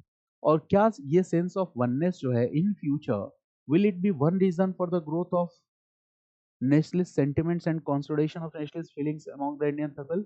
यस, तो ये पॉइंट भी लिख सकते हैं, right. Second point, right, it was helpful in promotion of it was helpful in the promotion of sense of oneness among Indians। It was helpful in the promotion of sense of oneness among Indians। It was helpful for the promotion of sense of oneness among Indians or among Indian people, okay, which further paved the way for the which further paved the way for the consolidation of nationalist feelings and sentiments, which further paved the way for the consolidation of nationalist feelings and sentiments। ये हुआ। क्या इस revolt की वजह से British government पे, sorry, company पे या ब्रिटिश गवर्नमेंट पे कुछ प्रेशर पड़ा? यस और नो? यस। और उस प्रेशर का इंपैक्ट क्या रहा? Act of 1858। और एक्ट ऑफ 1858 से क्या हुआ? कंपनी रूल खत्म हुआ, क्राउन रूल वाज रिस्टोर्ड। तो कितना इंपॉर्टेंट पॉइंट है। So right this, okay, this revolt mounted pressure on the British government, and as a result This revolt was successful in mounting pressure on the British government, and as a result, important changes were introduced. And as a result, important changes were introduced. And as a result, important changes were introduced. ठीक है? Right. Example. Company rule was ended and crown rule was company rule was ended and crown rule was established. Company rule was ended and crown rule was established. Company rule खत्म हुआ और British crown rule was established. That is what? Direct British rule in India. From 1858 to 1947. ये India में British का direct rule था. पहले वाला क्या था? इनडायरेक्ट रूल था. So this happened. Is it clear? Now. यहाँ पे और भी कई सारे पॉइंट्स आ सकते हैं, but since we have to discuss it as a separate topic, तो अलग पढ़ाता हूँ, बाद में आप जोड़ के लिख लेना. ठीक है? और क्या क्या चेंजेस आए. ओके, तो देखो सबसे इंपॉर्टेंट चेंजेस क्या आएगा. अभी आपने बताया कि after this revolt of 1857, after this revolt of 1857, okay, some important changes can be seen and we have to read about those changes. ठीक है? And these are political changes. इसमें political changes भी हैं. There are administrative changes. Administrative changes भी है. There are changes in socio-cultural or socio-religious policies of British government also. ठीक है? ये भी बदलता है और भी बहुत सारी चीजें आती हैं. And this is again a very important source for prelims question. यहाँ से भी prelims के बड़े important question आते हैं. वो questions क्या है समझो इसको. What are the political changes? वो political changes क्या है after this revolt of 1857? So we need to understand about those political changes. What are those political changes? Political changes क्या है? ठीक है, तो देखो क्या है political changes. 1757 to 1858 क्या है? राइट जो सबसे इंपॉर्टेंट चेंज है वो है एक अनाउंसमेंट है, announcement by British queen, that is called proclamation, and that is called queen Victoria's proclamation. So that is one important point. Right this queen Victoria's proclamation, queen Victoria's proclamation, proclamation. ठीक है, queen Victoria's proclamation. This is 1858, November 1858, November 1858. Okay. A grand darbar was held. ठीक है, 1 November 1858. Date भी आप याद कर सकते हो, बहुत इंपॉर्टेंट है ये. तो this date you can also remember. 1 November 1858. Right. A grand durbar was held at Allahabad. Allahabad में एक दरबार का आयोजन किया गया. A grand darbar was held at Allahabad. Darbar, why we are using this word? Because Queen Victoria will attend this darbar and she will make this announcement in that darbar. Again, that was a very important announcement. That's Queen's announcement. That's called proclamation, and it is also called Magna Carta, or Magna Carta for the Indian people. This announcement को इसको भी क्या कहा गया? Magna Carta for Indian people. Magna Carta for Indian people. Magna Carta for Indian people. It means this was very important with respect to the Indian people. Magna Carta for Indian people. And this, the announcements, whatever he will announce, that will become what? Okay, you can say that policy of British rule for future. Future में British rule की policy क्या होगी? एक तरह से DPSP बन गया. और इसके बाद अगले 100 साल तक ब्रिटिश कैसे रूल करेंगे वो इसी पे बेस्ड था. मेरी बात समझ गए ना? डीपीएसपी का मतलब समझते हैं, वैसा कुछ होगा. So right this, the proclamation, right this, the points और the announcements became, right, the basic foundations for future British rule in India. Future British rule in India. तो इंडिया में जो भी फ्यूचर ब्रिटिश रूल होगा उसका ये basic foundation बन गया. ओके, ब्रिटिश पॉलिसीज तय होगी क्वीन विक्टोरिया के अनाउंसमेंट से। और वो अनाउंसमेंट कैसे मैग्ना कार्टा इंडियन पीपल के लिए है, how it's Magna Carta for Indian people, this we need to understand. Okay, तो मैग्ना कार्टा क्यों है, क्योंकि अब तक कौन रूल कर रहा था, सबसे इंपॉर्टेंट बात, कंपनी। और दुनिया का ये सबसे यूनिक एग्जाम्पल है where a trading company is given the role of administration and ruling a country. क्या समझ नहीं रहे हो कि इसमें कॉर्पोरेट कॉन्स्पिरेसी और कॉर्पोरेट वायलेंस होने के चांसेस कितने ज्यादा है ना। तो this will come to an end और the rule of a trading company will come to an end, that is very important. तो अनाउंसमेंट में क्या कहा गया, announcement said that EIC rule will be ended. EIC rule will be ended. It means trading company rule will be ended. It means corporate corruption, corporate violence, corporate conspiracy will be ended. ये बहुत बड़ी बात है। Corporate corruption, corporate violence and corporate, okay, conspiracy will be ended. Corporate corruption, violence and conspiracy will be ended. ठीक है, is East India Company rule will be ended. Now, India will come under what? Direct British rule. Direct British rule. And this is also called Crown rule. This is also called Crown rule. India will come under direct British rule. इसी को हम क्या कहते हैं, Crown rule. This is also called Crown rule. Direct British rule or Crown rule. India will come under direct British rule. Crown rule. ठीक है? Now, अब क्या है? डायरेक्ट ब्रिटिश रूल और crown rule. India will come under direct British rule और crown rule. अब इस बात को समझो कि क्राउन रूल का मतलब क्या है, डायरेक्ट ब्रिटिश रूल का मतलब क्या है। In Britain what was the political system, Britain में पॉलिटिकल सिस्टम क्या था, constitutional monarchy. It means king और क्वीन प्लस पार्लियामेंट, यही था ना। वाज दिस द सिस्टम और नॉट? ओके, नाउ देखो ये कितना इंपॉर्टेंट कॉन्सेप्ट है। इंडिया पर ब्रिटिश रूल का मतलब क्या होगा, अब इंडिया पर ब्रिटिश रूल का मतलब क्वीन रूल प्लस पार्लियामेंट, यानी इंडिया के बारे में जो कानून होंगे वो कहां बनेंगे, ब्रिटिश पार्लियामेंट में। अच्छा बताओ, इंडिया पे रूल करने के लिए क्या क्वीन विक्टोरिया इंडिया में ही सेटल हो जाएगी क्या? नहीं, वो तो वापस चली जाएगी ना। एब्सेंटी रूलर, जैसे एब्सेंटी लैंडलॉर्डशिप था, एब्सेंटी लैंडलॉर्डशिप में क्या होता था, लैंडलॉर्ड अपने एक रिप्रेजेंटेटिव को अपॉइंट करता था। Landlord used to appoint a representative. ऐसे यहां पे क्या होने जा रहा है, absentee ruler. It means ruler will stay in England, but ruler will appoint a representative. अपना एक रिप्रेजेंटेटिव इंडिया में अपॉइंट करेगा। और अब तक इंडिया में सबसे इंपॉर्टेंट पर्सन कौन था, governor general of India. So who will be the representative of crown in India, governor general of India. तो रिप्रेजेंटेटिव के लिए एक वर्ड यूज होता है, we use a word for the representative, that is viceroy.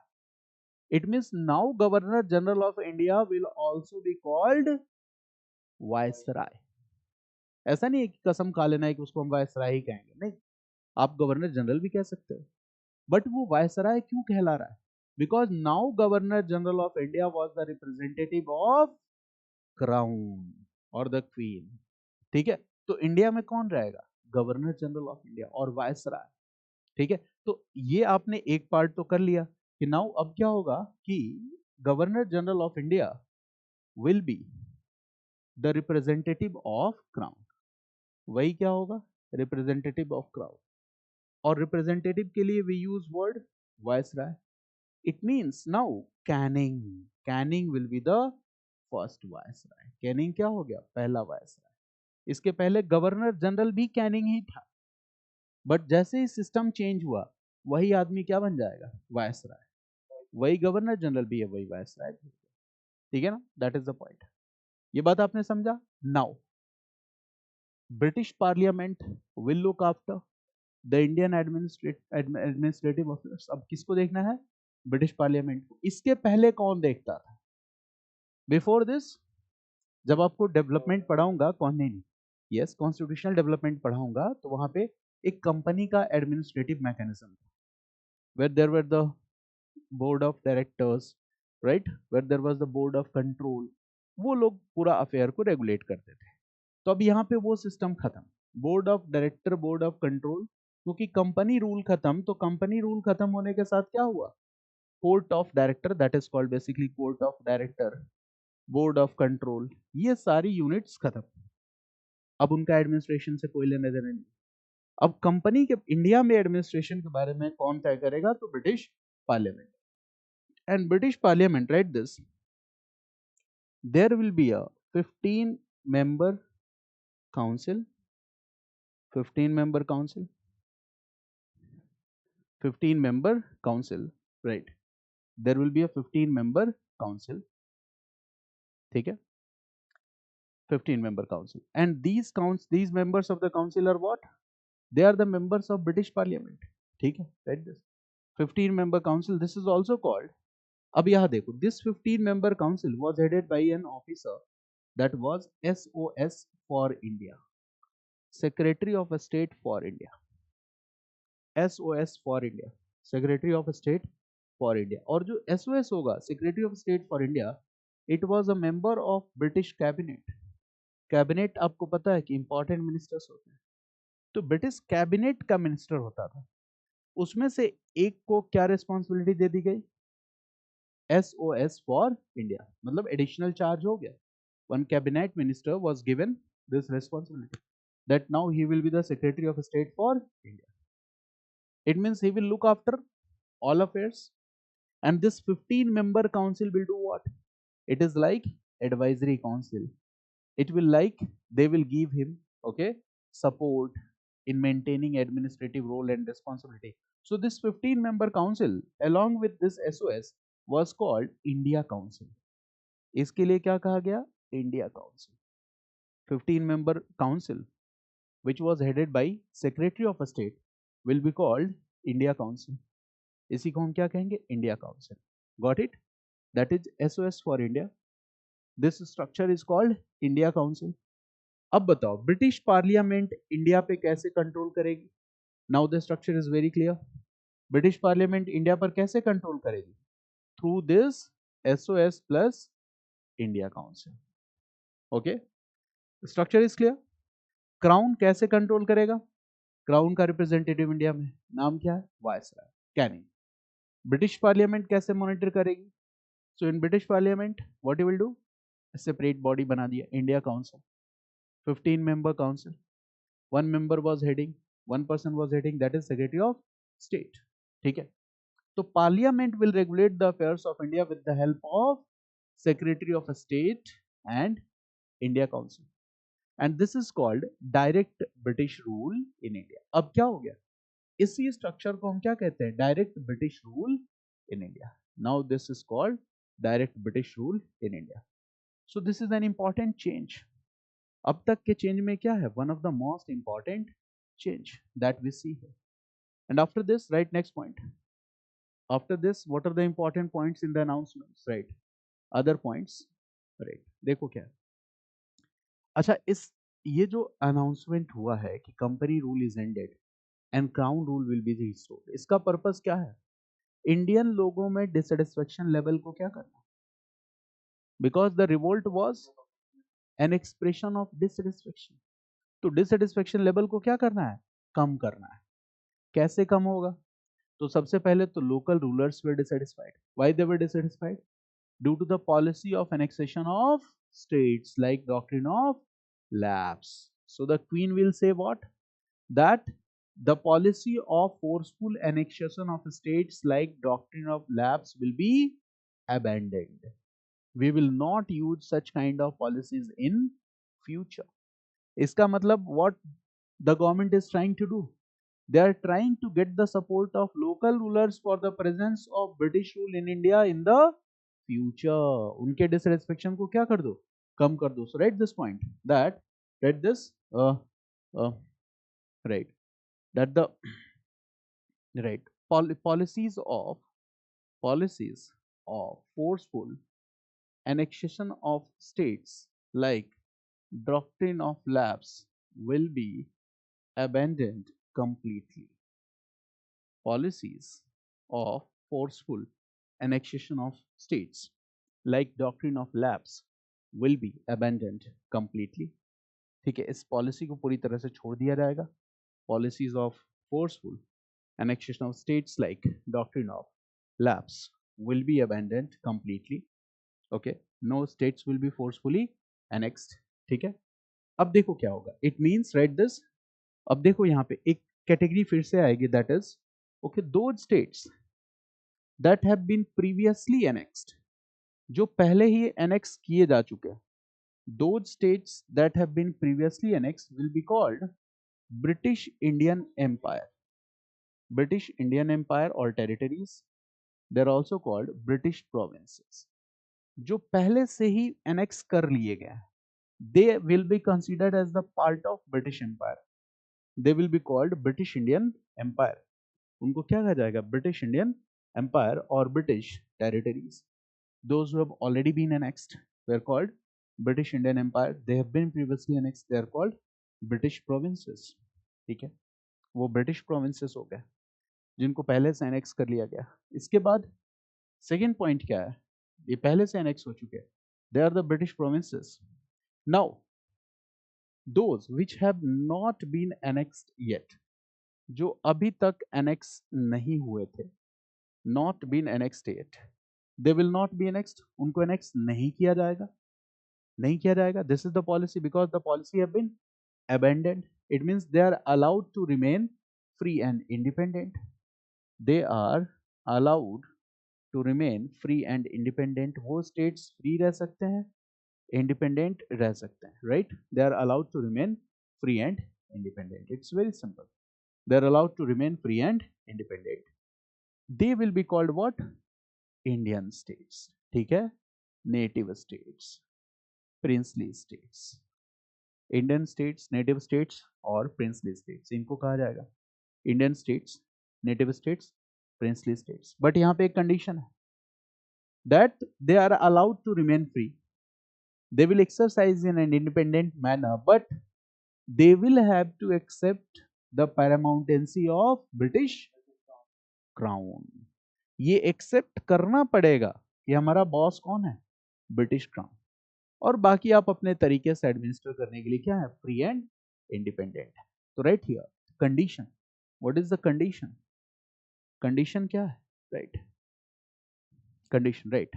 These states are allowed to, these states are allowed to administer in an independent manner. These states are allowed to administer in an independent manner. These states are allowed to administer in an independent manner. इनको independent तरीके से administer किया जाएगा, ये कर सकते हैं. allowed to, okay, administer in an independent manner, but they will have to accept the suzerainty or paramountcy of British crown. But they will have to accept, but they will have to accept the suzerainty or paramountcy of British crown. But they will have to accept the suzerainty or paramountcy of British crown. मेरी बात समझ में आ गई? ये इनको accept करना पड़ेगा. अब देखो, लोकल रूलर्स की प्रॉब्लम एक और चीज से थी. वो क्या थी? कि उनके जो, जैसे मान लो मुगल एम्परर बहादुर शाह जफर, ठीक है, अब तो उसकी कहानी खत्म ही हो जाएगी. I will tell you later that how he was punished.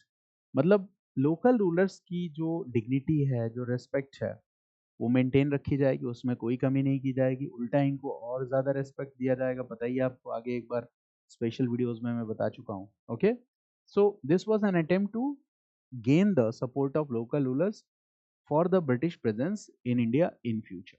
ये कर दिया. Right, next point, next point. अच्छा, orthodox Indians were not happy, we all know. ठीक है, पढ़ाया भी था आपको, धर्म सभा 1830. ठीक है, तो now which policy the British government will follow. अब कौन सी पॉलिसी फॉलो करेंगे? एग्जैक्टली, नहीं, policy of non interference in the socio religious cultural affairs of the Indians. पहले भी तो वही पॉलिसी फॉलो करते थे. So right, next point, next point, right, the British government will not interfere in the socio-cultural practices of Indians, the British government will not interfere in the socio-religious or cultural practices of Indians. They will not interfere in socio-religious and cultural practices of Indians. यहाँ भी कोई interfere नहीं होगा. Clear? Bracket में लिख लेना 1858 to 1947 policy of non interference. 1858 to 1947 policy of non-interference in the socio-religious cultural affairs of Indians was followed. Right? 1858 to 1947 policy of non-interference in the socio-religious cultural policies of India for cultural affairs of Indians was followed. Non-interference को follow किया गया. ठीक है, ये दिखलाता है कि government का main purpose India पे अपना कंट्रोल बनाए रखना था, इंडियन लोगों को सिविलाइज करना नहीं था. नहीं तो क्यों बंद करते अपनी पॉलिसी को, रिफॉर्म्स ही तो लाना था. Got it? Okay, right. Next point, Indian subjects will be treated like British subjects. ये भी कहा गया, Indian subjects will be treated like British subjects. It means that the queen is saying that there is no any discrimination between the Indian subjects and British subjects. The Indian subjects will be treated like British subjects. भारतीय प्रजा को British प्रजा की तरह ही, ठीक है, माना जाएगा. ठीक है, Indian subjects will not be treated like British subjects. But we all know that this is what false promise. अगर ये promise false नहीं रहता तो दादा भाई नौरोजी लिखते नहीं poverty and un-British rule in India. उन्होंने कौन सा वर्ड यूज किया? Un-British rule. इसका मतलब Indians are not treated like British subjects. ठीक है ना? सो ये एक बेसिक आइडिया हो गया. Now along with this an act will also be introduced. एक एक्ट भी आएगा जिसका नाम क्या है? Act of 1858. The details of this act I will discuss. Right, details will be discussed in constitutional development topic. Act of 1858 details will be discussed in constitutional development topic. वहां इसके detail को हम देख लेंगे. ठीक है, अब इसके बाद देखो what British will do. Other changes that British introduce. That concept is very important. Other changes that British will do. तो other changes क्या है? They will follow a policy. And what is that? The policy of carrot and stick. The policy of carrot and stick. The British now will follow a policy. The British now will follow a policy, and that is called policy of carrot and stick. What is this policy of carrot? Carrot for whom? Carrot means what? Giving rewards. Punishment means what? Oh, sorry. Stick means what? Giving punishment. Carrot and stick. Giving rewards and giving punishment. Giving rewards to whom? Who supported British during the revolt of 1857. जिन्होंने support किया. Read this. Rewards to whom? So read this. Rewards to the class which supported British during revolt of 1857. Okay, class which supported British during revolt of 1857. That is also called appeasement. Appeasement, right? For example, local rulers, princely states. Local rulers or princely states. Many such local rulers or princely states did what? They supported. और बहुत सारे ने oppose भी किया था. तो देखो, जिसने सपोर्ट किया था, अगर ब्रिटिश ये कह दें कि अब हम policy of annexation of states को छोड़ रहा है, तो ये भी खुश. प्लस जिन्होंने अपोज किया था उनका भी डिससेटिस्फेक्शन लेवल क्या हो जाएगा? रिड्यूस हो जाएगा. Got it? So this announcement that we are giving up the policy of forceful annexation of states, this is a example of giving reward. ये reward देने जैसा ही तो है, right? Reward क्या है? Read this. Announcement of abandoning. Announcement for abandoning policies of annexation of states. ठीक है, announcements for abandoning policy of annexation of state. ठीक है, ये अनाउंसमेंट भी क्या है, एक तरह का रिवॉर्ड है। और क्या रिवॉर्ड है, आप क्या सोच पा रहे हो? Policy of non interference in socio religious matters, ये भी एक तरह का क्या है, रिवॉर्ड ही है। रिवॉर्ड क्यों? जो नाराज है उसको आप क्या कर रहे हो, खुश कर रहे हो। ठीक है, तो read this policy of non interference, ये भी carrot, policy of non interference in socio religious affairs, policy of non interference in socio religious affairs, policy of non interference in socio religious affairs. ठीक है, now third carrot का example क्या है, देखो क्या carrot. अच्छा, यहाँ जो लोकल रूलर्स हैं, okay, now they will get British patronage support, they will be invited to London, they will attend the parties, in parties they will get a lot of respect। ठीक है, उनकी photos वोटोज छप जाएगी डाक ticket पे। ठीक है, उनके बच्चों को पढ़ने के लिए एडमिशन सीधा मिल जाएगा लंदन की किसी भी यूनिवर्सिटी में। ये सब क्या है, efforts to anglicise this class. This is also what an example of carrot. एक और चीज बता रहा हूं, sepoy mutiny, revolt of 1857 was started by the soldiers, soldiers ने स्टार्ट किया था। And what were the storm centres of the revolt, storm centres क्या था, बिहार और यूपी के ज्यादातर स्टेट्स थे। तो what British will do, they will change, bring a change in military policy. They will categorise the soldiers into two classes, one is martial class, लड़ाकू सैनिक, वीर सैनिक, योद्धा सैनिक, and the second is non martial class. Non martial class means, ठीक है, मेरी बात समझ गया ना, martial class is a matter of respect. ठीक है, non martial class, so they will make two divisions. Martial class में किसको रखेंगे, the soldiers of those areas, okay, who they are not very active in the revolt of 1857। Non martial में किसको उठा के डाल देंगे, जहां के सोल्जर्स ने ज्यादा रिवोल्ट किया था। मेरी बात समझ गया ना, तो non martial and martial class, मेरी बात समझ गया ना, अवध, बिहार, सेंट्रल इंडिया, ये सबसे स्टॉर्म सेंटर था। तो यहाँ के सोल्जर्स को किस क्लास में रख दोगे, नॉन मार्शल। तो देखो कैरेट में क्या हो जाएगा, read this martial class, martial class soldiers. ये हो गया policy of carrot, martial class soldiers. Okay, for example Gorkha, Pathan etcetera. Okay, non martial, read this non martial soldiers, non martial soldiers, non martial soldiers क्या हो जाएगा, stick policy. Non martial soldiers like the soldiers of, okay, UP, Bihar and central India were kept under this non martial class, non martial में रख दिया। ठीक है, got it. Now अब यहां क्या होगा, स्टिक में बहादुर Shah Zafar was sent to Rangoon where he died, his family members were killed। बहादुर शाह जफर, ठीक है, पहले कलकत्ता फिर वहां से रंगून। ठीक है, he was imprisoned where he will die। okay, so Bahadur Shah Zafar's execution, his family members were killed, Mughal power came to an end। यहीं पे क्या होता है, Mughal power came to an end।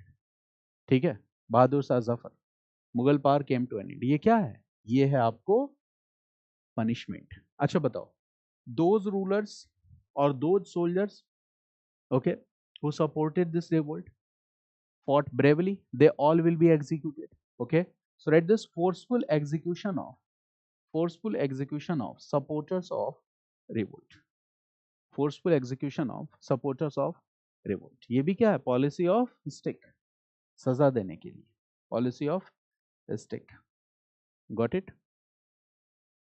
Now read this, stick में क्या होगा, read this racial discrimination, racial discrimination and supremacy, racial supremacy will be promoted, racial discrimination and supremacy will be promoted, racial discrimination and supremacy will be promoted। और इसका एक psychological impact है। देखो racial discrimination को बढ़ा दो, जैसे मान लो कि हर रेस्टोरेंट के बाहर मैंने लिख दिया, ठीक है, कि भाई ओनली यूरोपियंस आर अलाउड, और उन रेस्टोरेंट में मैंने क्या किया कि मैंने आकाश और विपिन के साथ बैठ कर कॉफी किया। ठीक है, अब ये रेशियल डिस्क्रिमिनेशन हो रहा है, बट मैं दो इंडियंस को कुछ ज्यादा ही रेस्पेक्ट दे रहा हूं। ध्यान से समझना है इस बात को। तो ये आप दोनों तो बहुत ज्यादा खुश हो जाओगे, और बाकी लोगों को मैं ट्रीट क्यों नहीं कर रहा हूं उतने रिस्पेक्ट के साथ। ठीक है, इससे क्या होगा, division will start among the Indians itself. ठीक है, साइकोलॉजिकल डिवीजन। ठीक है, जो लोकल रूलर्स को एंग्लिसाइज करने का अटेम्प्ट था, इसके पीछे भी रीजन कि आप ब्रिटिश के ज्यादा नजदीक दिखोगे, ब्रिटिश के ज्यादा नजदीक दिखोगे तो अपनी प्रजा से आप क्या हो जाओगे, दूर हो जाओगे।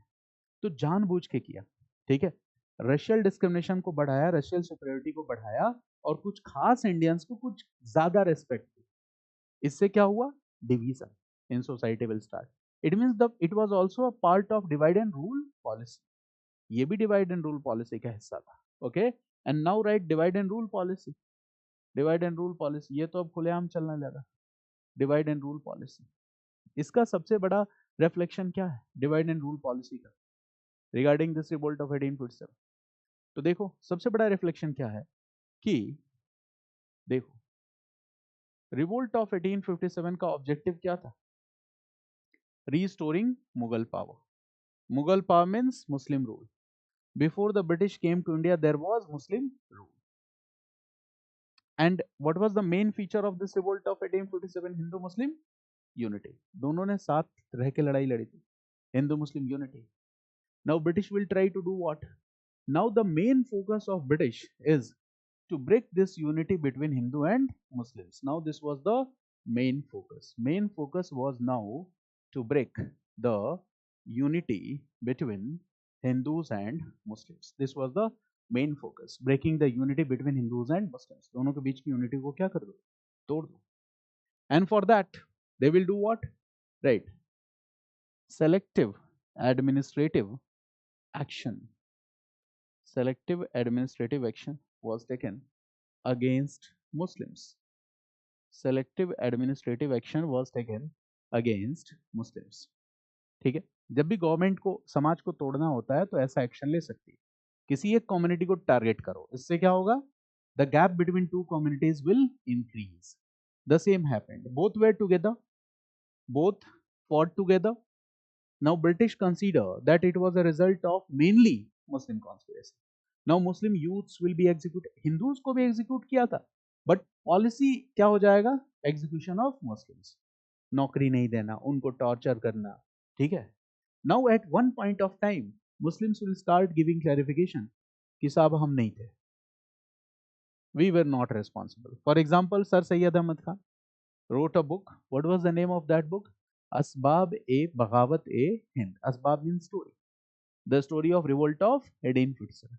And in that book, Sir Syed Ahmad Khan writes that Muslims are not responsible for the revolt of 1857. यही तो अंग्रेज चाहते थे कि आप बोलो, ठीक है, और यही हुआ। पहले एक्शन मुस्लिम्स के खिलाफ, फिर मुस्लिम्स ने सफाई दी, फिर मुस्लिम्स क्या किया, मुस्लिम ग्रुप्स ने क्या किया, okay, they started, okay, giving assurance to the British government that we will support the presence of British rule in India, but we need what, education, we need what, jobs and unemployment. पहले उनकी नौकरी छीन लो, उनको पढ़ने का अवसर मत दो। प्लस रिवाइवलिस्ट टेंडेंसीज बता चुका हूं आपको सोशल रिलीजियस रिफॉर्म्स में, उसकी वजह से भी एक इम्पैक्ट था।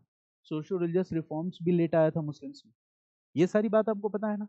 इस कंडीशन में मुस्लिम्स क्या आ जाएंगे, मुस्लिम्स रिक्वेस्ट और सबमिशन मोड में आ जाएंगे against the British government.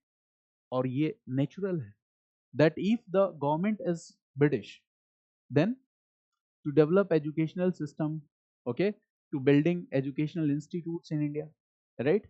If you want to get jobs and employment, you will have to be dependent on this British system of administration. So now they will start giving clarifications that we as Muslims groups are supporting the presence of British rule in India. Sir Syed Ahmad Khan himself gave this clarification. ठीक है, इस चीज को examine भी करवाया, Indian Muslims एक किताब लिखी, बताया भी हूं आपको, विलियम हंटर ने। विलियम हंटर ने कहा हाँ साहब, अब मतलब वैसा जिहाद टाइप का फीलिंग नहीं रह गया इंडियन मुस्लिम्स में ब्रिटिश गवर्नमेंट के खिलाफ। तब जाके ब्रिटिश गवर्नमेंट ने क्या किया, तब तक कांग्रेस भी बन चुकी थी 1885 में, कांग्रेस मजबूत होती चली जा रही थी। तो तब आप जाके देखोगे कि the same British government, okay, helped in the foundation of Muslim League, okay, a party of Muslims in India, जानबूझ के बनवाया। And the government said that we will support Muslim League, और जब आप आज़ादी की लड़ाई देखोगे तो वहां पे the government is emphasizing again and again that we will never compromise with the okay rights of the minorities in India. Minority rights के साथ हम कॉम्प्रोमाइज नहीं कर सकते। And lastly they will also approve that two nation theory, उसको मानेंगे भी India and Pakistan. देखो पूरी हिस्ट्री में, पूरी वर्ल्ड हिस्ट्री में जहां जहां पे माइनॉरिटी राइट्स को एक्स ग्रांट करने के लिए इन the name of protection of minorities, okay, if you have given acceptance of two nation theory, so that will always bring destructions। एक बार ज्यूज के माइनॉरिटी राइट्स को, ठीक है, वैलिडेट करने के लिए आपने क्या बनाया, जो फिलिस्तीन वाला एरिया था वहां पे ज्यूज के लिए एक नेशन बनाया, separate nation, that is what, Israel बनाया ना। वो भी तो ज्यूज के लिए, Jews was were minority class, and to protect the rights of minority आपने क्या किया, you allowed for the formation of a new state, ठीक है, that is Israel for the Jews. ठीक है, आज कॉन्फ्लिक्ट चल रहा है। इंडिया में क्या किया, माइनॉरिटी राइट्स को प्रोटेक्ट करने के लिए आपने क्या बनाया, या मुस्लिम लीग की डिमांड क्या थी, पाकिस्तान बनाया। पाकिस्तान इंडिया इनके बीच में रिलेशन हमेशा से क्या रहे, बेटर रहे, और ये दोनों ही नेशंस के इकोनॉमिक ग्रोथ के लिए सही नहीं रहा। और क्या इससे माइनॉरिटी राइट सॉल्व हो गए, क्या माइनॉरिटी चैलेंजेस खत्म हो गए, क्या पाकिस्तान में माइनॉरिटी की चैलेंजेस खत्म हो गई कि हिंदुस्तान में? हिंदुस्तान में तो इतने ज्यादा कॉन्स्टिट्यूशनल राइट्स हैं, प्रोटेक्शन है, ठीक है, मेरी बात समझ गया ना। तो ये बिटरनेस बनी हुई है कि नहीं बनी हुई है। तो आप अलग नेशन दे के माइनॉरिटी की प्रॉब्लम को सॉल्व नहीं कर सकते। अंग्रेजों का प्लान क्या था, हिंदुस्तान में तो इतनी ज्यादा माइनॉरिटीज है, तोड़ दो कई टुकड़ों में, ठीक है, ये प्लान उनका था। आगे आप समझोगे इंडियन नेशनल मूवमेंट में। Got it? So this is what, okay, a plan of British which they tried to execute. Right, one more point that is also asked in exam, read this: in military system of administration a few changes were introduced. Military system of administration, few changes were introduced, few changes were introduced in military system of administration। ठीक है, पहला क्या है, ratio of, right, ratio of Indian soldiers versus European soldiers was, ratio of Indian soldiers versus European soldiers was, okay, readjusted। इसको दोबारा से readjust किया गया, it was readjusted और reorganized। और यहाँ पे यूरोपियन सोल्जर्स का नंबर क्या किया जाएगा, बढ़ा दिया जाएगा, ठीक है ना। एंड हर जगह तो आप कर नहीं सकते बिकॉज उतना पॉपुलेशन ही नहीं था ब्रिटेन का। सो इन सम की एरियाज और strategic areas, you can say volatile areas, this will be done. ठीक है, कि जिन जिन एरियाज में रिवोल्ट ऑफ 1857 ज्यादा प्रोमिनेंट रहा था वहां पे इंडियन सोल्जर और यूरोपियन सोल्जर इनके रेशियो को क्या करना है, बढ़ा देना है। जैसे मान लो एक एग्जांपल देता हूं, 1:3, if 1 is European soldier and 3 is Indian soldier.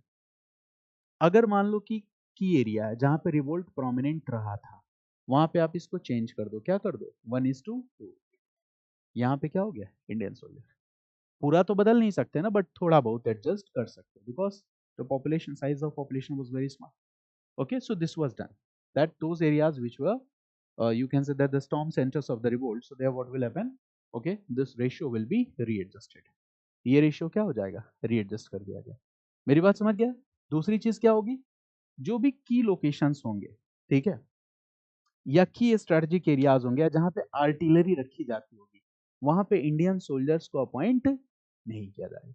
वो की हथियार लूट लेंगे फिर हमला बोल देंगे। मेरी बात समझ गया ना। So read this, all key locations or strategic locations or key locations, strategic locations or artillery zones will be kept under the control of European soldiers only। वो केवल और केवल यूरोपियन सोल्जर्स के कंट्रोल में रहेगा। ओके, ऑल सच की positions, strategic positions where such artillery is kept will be under the control of European soldiers only। Right, next point, division of soldiers into two class, martial and non-martial। Division of soldiers into two classes, that is martial and non-martial class। Division of soldiers into two classes, that is martial class and non-martial class, was also based on the was also based on the same plan. इससे क्या होगा? Divide and rule among soldiers also, आपने soldiers को भी divide कर दिया। जो martial class है वो अपना अलग ही मूड में रहेगा कि भाई देखो मैं तुमसे बड़ा हूँ, मैं मार्शल क्लास हूँ, मैं नॉन मार्शल क्लास हूँ। Okay, so read this, this is what divide and rule policy, divide and rule policy, divide and rule policy. This reflection is a reflection of divide and rule policy, right? In military also. In this way, we see that divide and rule policy was introduced in military also. ठीक है? So this is revolt of 1857. अच्छा, 1857 के ठीक बाद एक revolt हुआ बंगाल में फिर से, that was a peasant revolt, Indigo revolt, that is very much important, और उसका ईयर भी आप याद रखना। सो राइट दिस इज इंपॉर्टेंट। तो ये आपने देख लिया revolt of 1857। Now right this after, इसके बाद क्या है? Right, Indigo revolt, year is 1859-60। मैंने पहले ही कहा है जो 1857 के आसपास है वो इंपॉर्टेंट है। Okay, 1859-60 in which region? Bengal region, Bengal region, indigo revolt. तो problem related to which peasants? तो इंडिगो पीजेंट्स, इंडिगो पीजेंट से जुड़ा हुआ ये प्रॉब्लम है। ठीक है, इंडिगो पीजेंट से जुड़ा हुआ प्रॉब्लम है। What it? In Bengal 1859-60, right. Okay, main leaders, ये इसमें मेन लीडर्स कौन से थे? This is also very important, right this, Vishnu Biswas and Digambar विश्वास, बी, विष्णु विश्वास एंड दिगंबर विश्वास, they were the main leaders, Vishnu Biswas and Digambar विश्वास। ठीक है,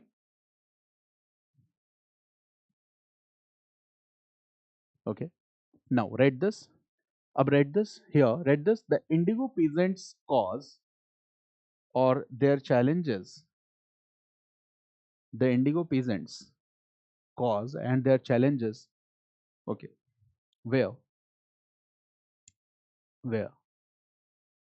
expressed through literary, expressed through literary mediums, were expressed through literary mediums, literary mediums, okay, literary mediums. अब यहाँ पे दो books important है जो प्रीलिम्स में पूछी जाती है, right. One is Hindu patriot, this is also asked in prelims, very important, highlight कर लेना, Hindu patriot, Hindu patriot, right, Hindu patriot, published by Harishchandra Mukherjee, Hindu patriot, it was published by Harishchandra Mukherjee, Hindu patriot published by Harishchandra Mukherjee, ये बुक बहुत ही इंपॉर्टेंट है, हिंदू पैट्रियट हरिश्चंद्र मुखर्जी। और दूसरी बुक जो सबसे important है, read this, nil Darpan, Nil Darpan, Nil Darpan, Nil Darpan, right, it was written by Dinabandhu मित्र, नील दर्पण, it was written by Dinabandhu Mitra, highlight कर लेना, मार्क इट एज इंपॉर्टेंट। अब आपको एक बात बता रहा हूं, जब मैं आपको रिवॉल्यूशनरीज पढ़ाऊं या कोई भी चैप्टर पढ़ाऊं नेशनल मूवमेंट में, if the event is important, the books, the magazines that is related to that, literature that is related to that, that is important, ठीक है ना, फॉर यूपीएससी एग्जाम में। जैसे स्वदेशी मूवमेंट है तो वहां पे लिटरेरी एफर्ट्स कौन कौन से हैं, लिटरेचर क्या है?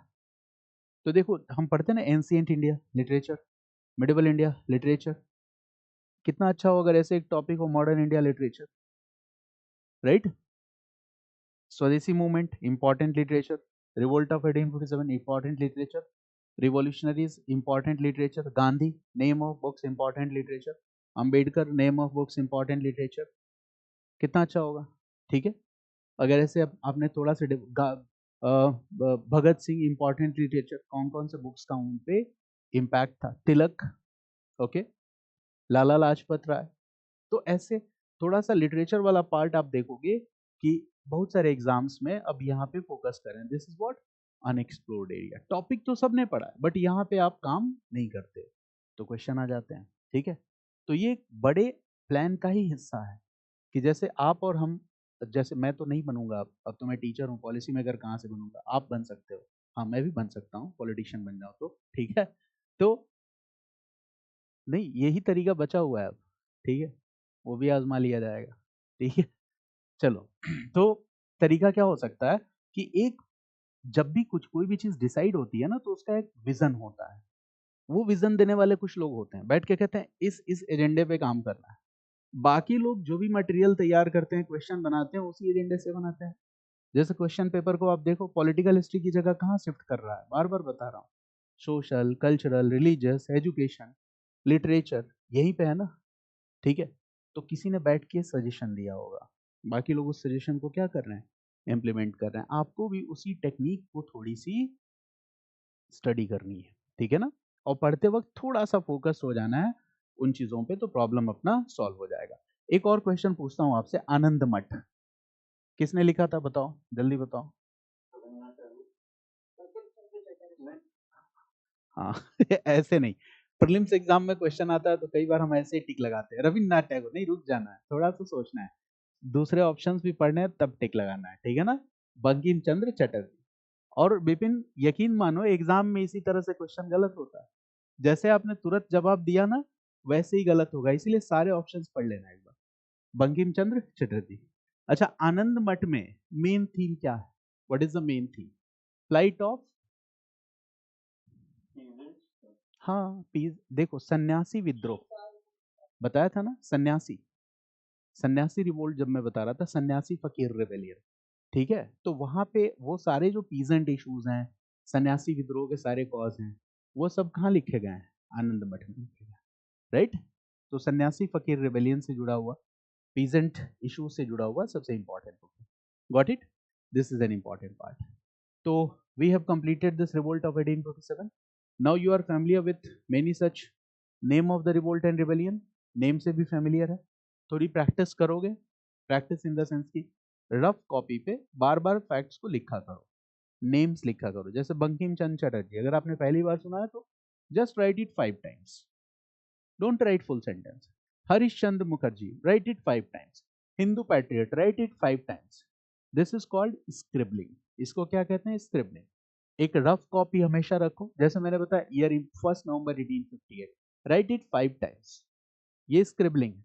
तो जब आप 5 टाइम्स या 6 टाइम्स लिखते हो ना किसी चीज को, तो वो फैक्ट और इंफॉर्मेशन यहाँ जाके, ठीक है, आपके दिमाग में कहीं ना कहीं वो रहता है, and when you will need it will come back. ऐसा नहीं होगा कि समवन आस्क यू दैट बताओ डेट बताओ, क्वीन विक्टोरियाज प्रोक्लेमेशन, तो विल से यार याद नहीं आ रहा है।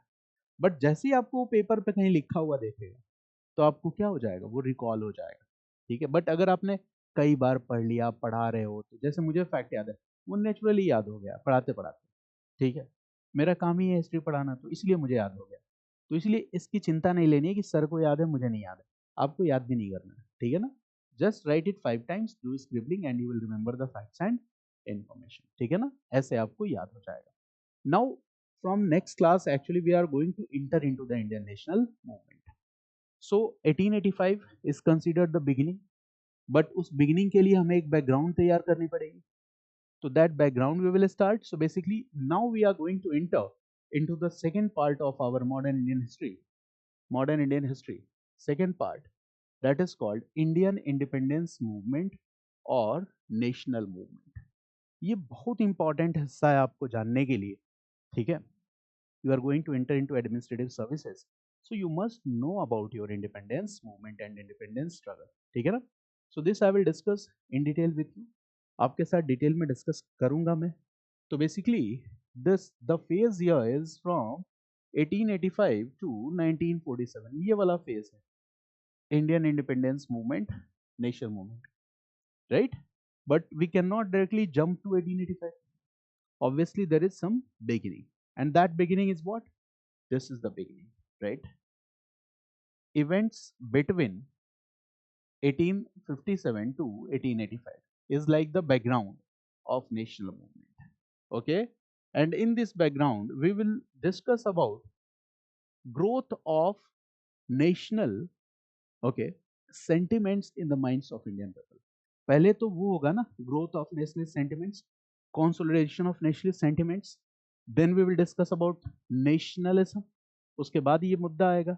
So this period is known for what, known for growth or growth and consolidation of nationalist feelings and sentiments in the minds of Indian people. Growth and development of, okay, nationalist feelings and sentiments in the minds of Indian people. This is about this topic. ठीक है ना? इसी growth और development के बारे में हमें समझना है. इसमें बहुत सारे टॉपिक्स आएंगे, like some British administrators and their policies, like development of regional political associations, right? There are so many topics, so we will discuss and we will enter into this topic, Indian National Congress. So from tomorrow we are going to enter into this new chapter. ठीक है ना? यहाँ पे कुछ important governors भी आएंगे, basically voice राय आएंगे, तो उनके बारे में भी मैं डिस्कस करूंगा. So from here we are entering into the second part. ठीक है ना? तो बेटर होगा कि सेकंड पार्ट के लिए एक अलग नोटबुक बना लेना, सेपरेट. ठीक है? Till now this is first part. अब आप एक अलग कॉपी बना लोगे, ठीक है ना, इंडियन नेशनल मूवमेंट के लिए, और उसमें पूरा का पूरा नोट लिखोगे. ठीक है ना? Got it? तो ऐसे थोड़ी सी स्ट्रेटजी अपनी बनानी होगी आपको. ठीक है? और फर्स्ट पार्ट के सारे क्वेश्चन आप प्रैक्टिस कर जाओ, ऑल पीवाईक्यूज. ठीक है? और वो अभी करना है. हिस्ट्री का पीवाईक्यू पढ़ने का टाइम मार्च नहीं होता है, फेब नहीं होता है, वो ये टाइम होता है. ज्योग्राफी के पीवाईक्यूज पढ़ने का ये टाइम होता है, पॉलिटी ये वाला टाइम. इकोनॉमिक्स का जो फाउंडेशन पार्ट है, not current, this is the time. Environment का जो फाउंडेशन पार्ट, जैसे यूएनएफ ट्रिपल सी या ट्रेडिशनल जो भी डेवलपमेंट है, this is the right time. Science tech का जो फाउंडेशनल एस्पेक्ट है, this is the right time. ठीक है ना? तो आगे जाके आप फोकस कर पाओगे ना, प्रोग्राम्स, पॉलिसीज, करेंट एस्पेक्ट्स पे फोकस कर पाओगे. तो थोड़ा ये बात ध्यान से रखना है, टाइम को सही ढंग से मैनेज करोगे तो प्रीलिम्स होगा. नहीं तो फिर अगर प्रीलिम्स के पहले अगर हमने एनसीईआरटी क्लास 12 पढ़नी शुरू कर दी तो that is not a good idea. ठीक है ना? तो पीवाईक्यूज प्रैक्टिस कर लीजिए, क्लास के साथ जुड़े रहिए, और इसके बाद हम आर्ट एंड कल्चर में एंटर करेंगे, एएमसी में एंटर करेंगे, तो क्लास के साथ साथ आपकी हिस्ट्री तैयार हो जाएगी. ठीक है ना? राइट? चलिए, कोई क्वेश्चन है? Have any question? चलिए. हाँ.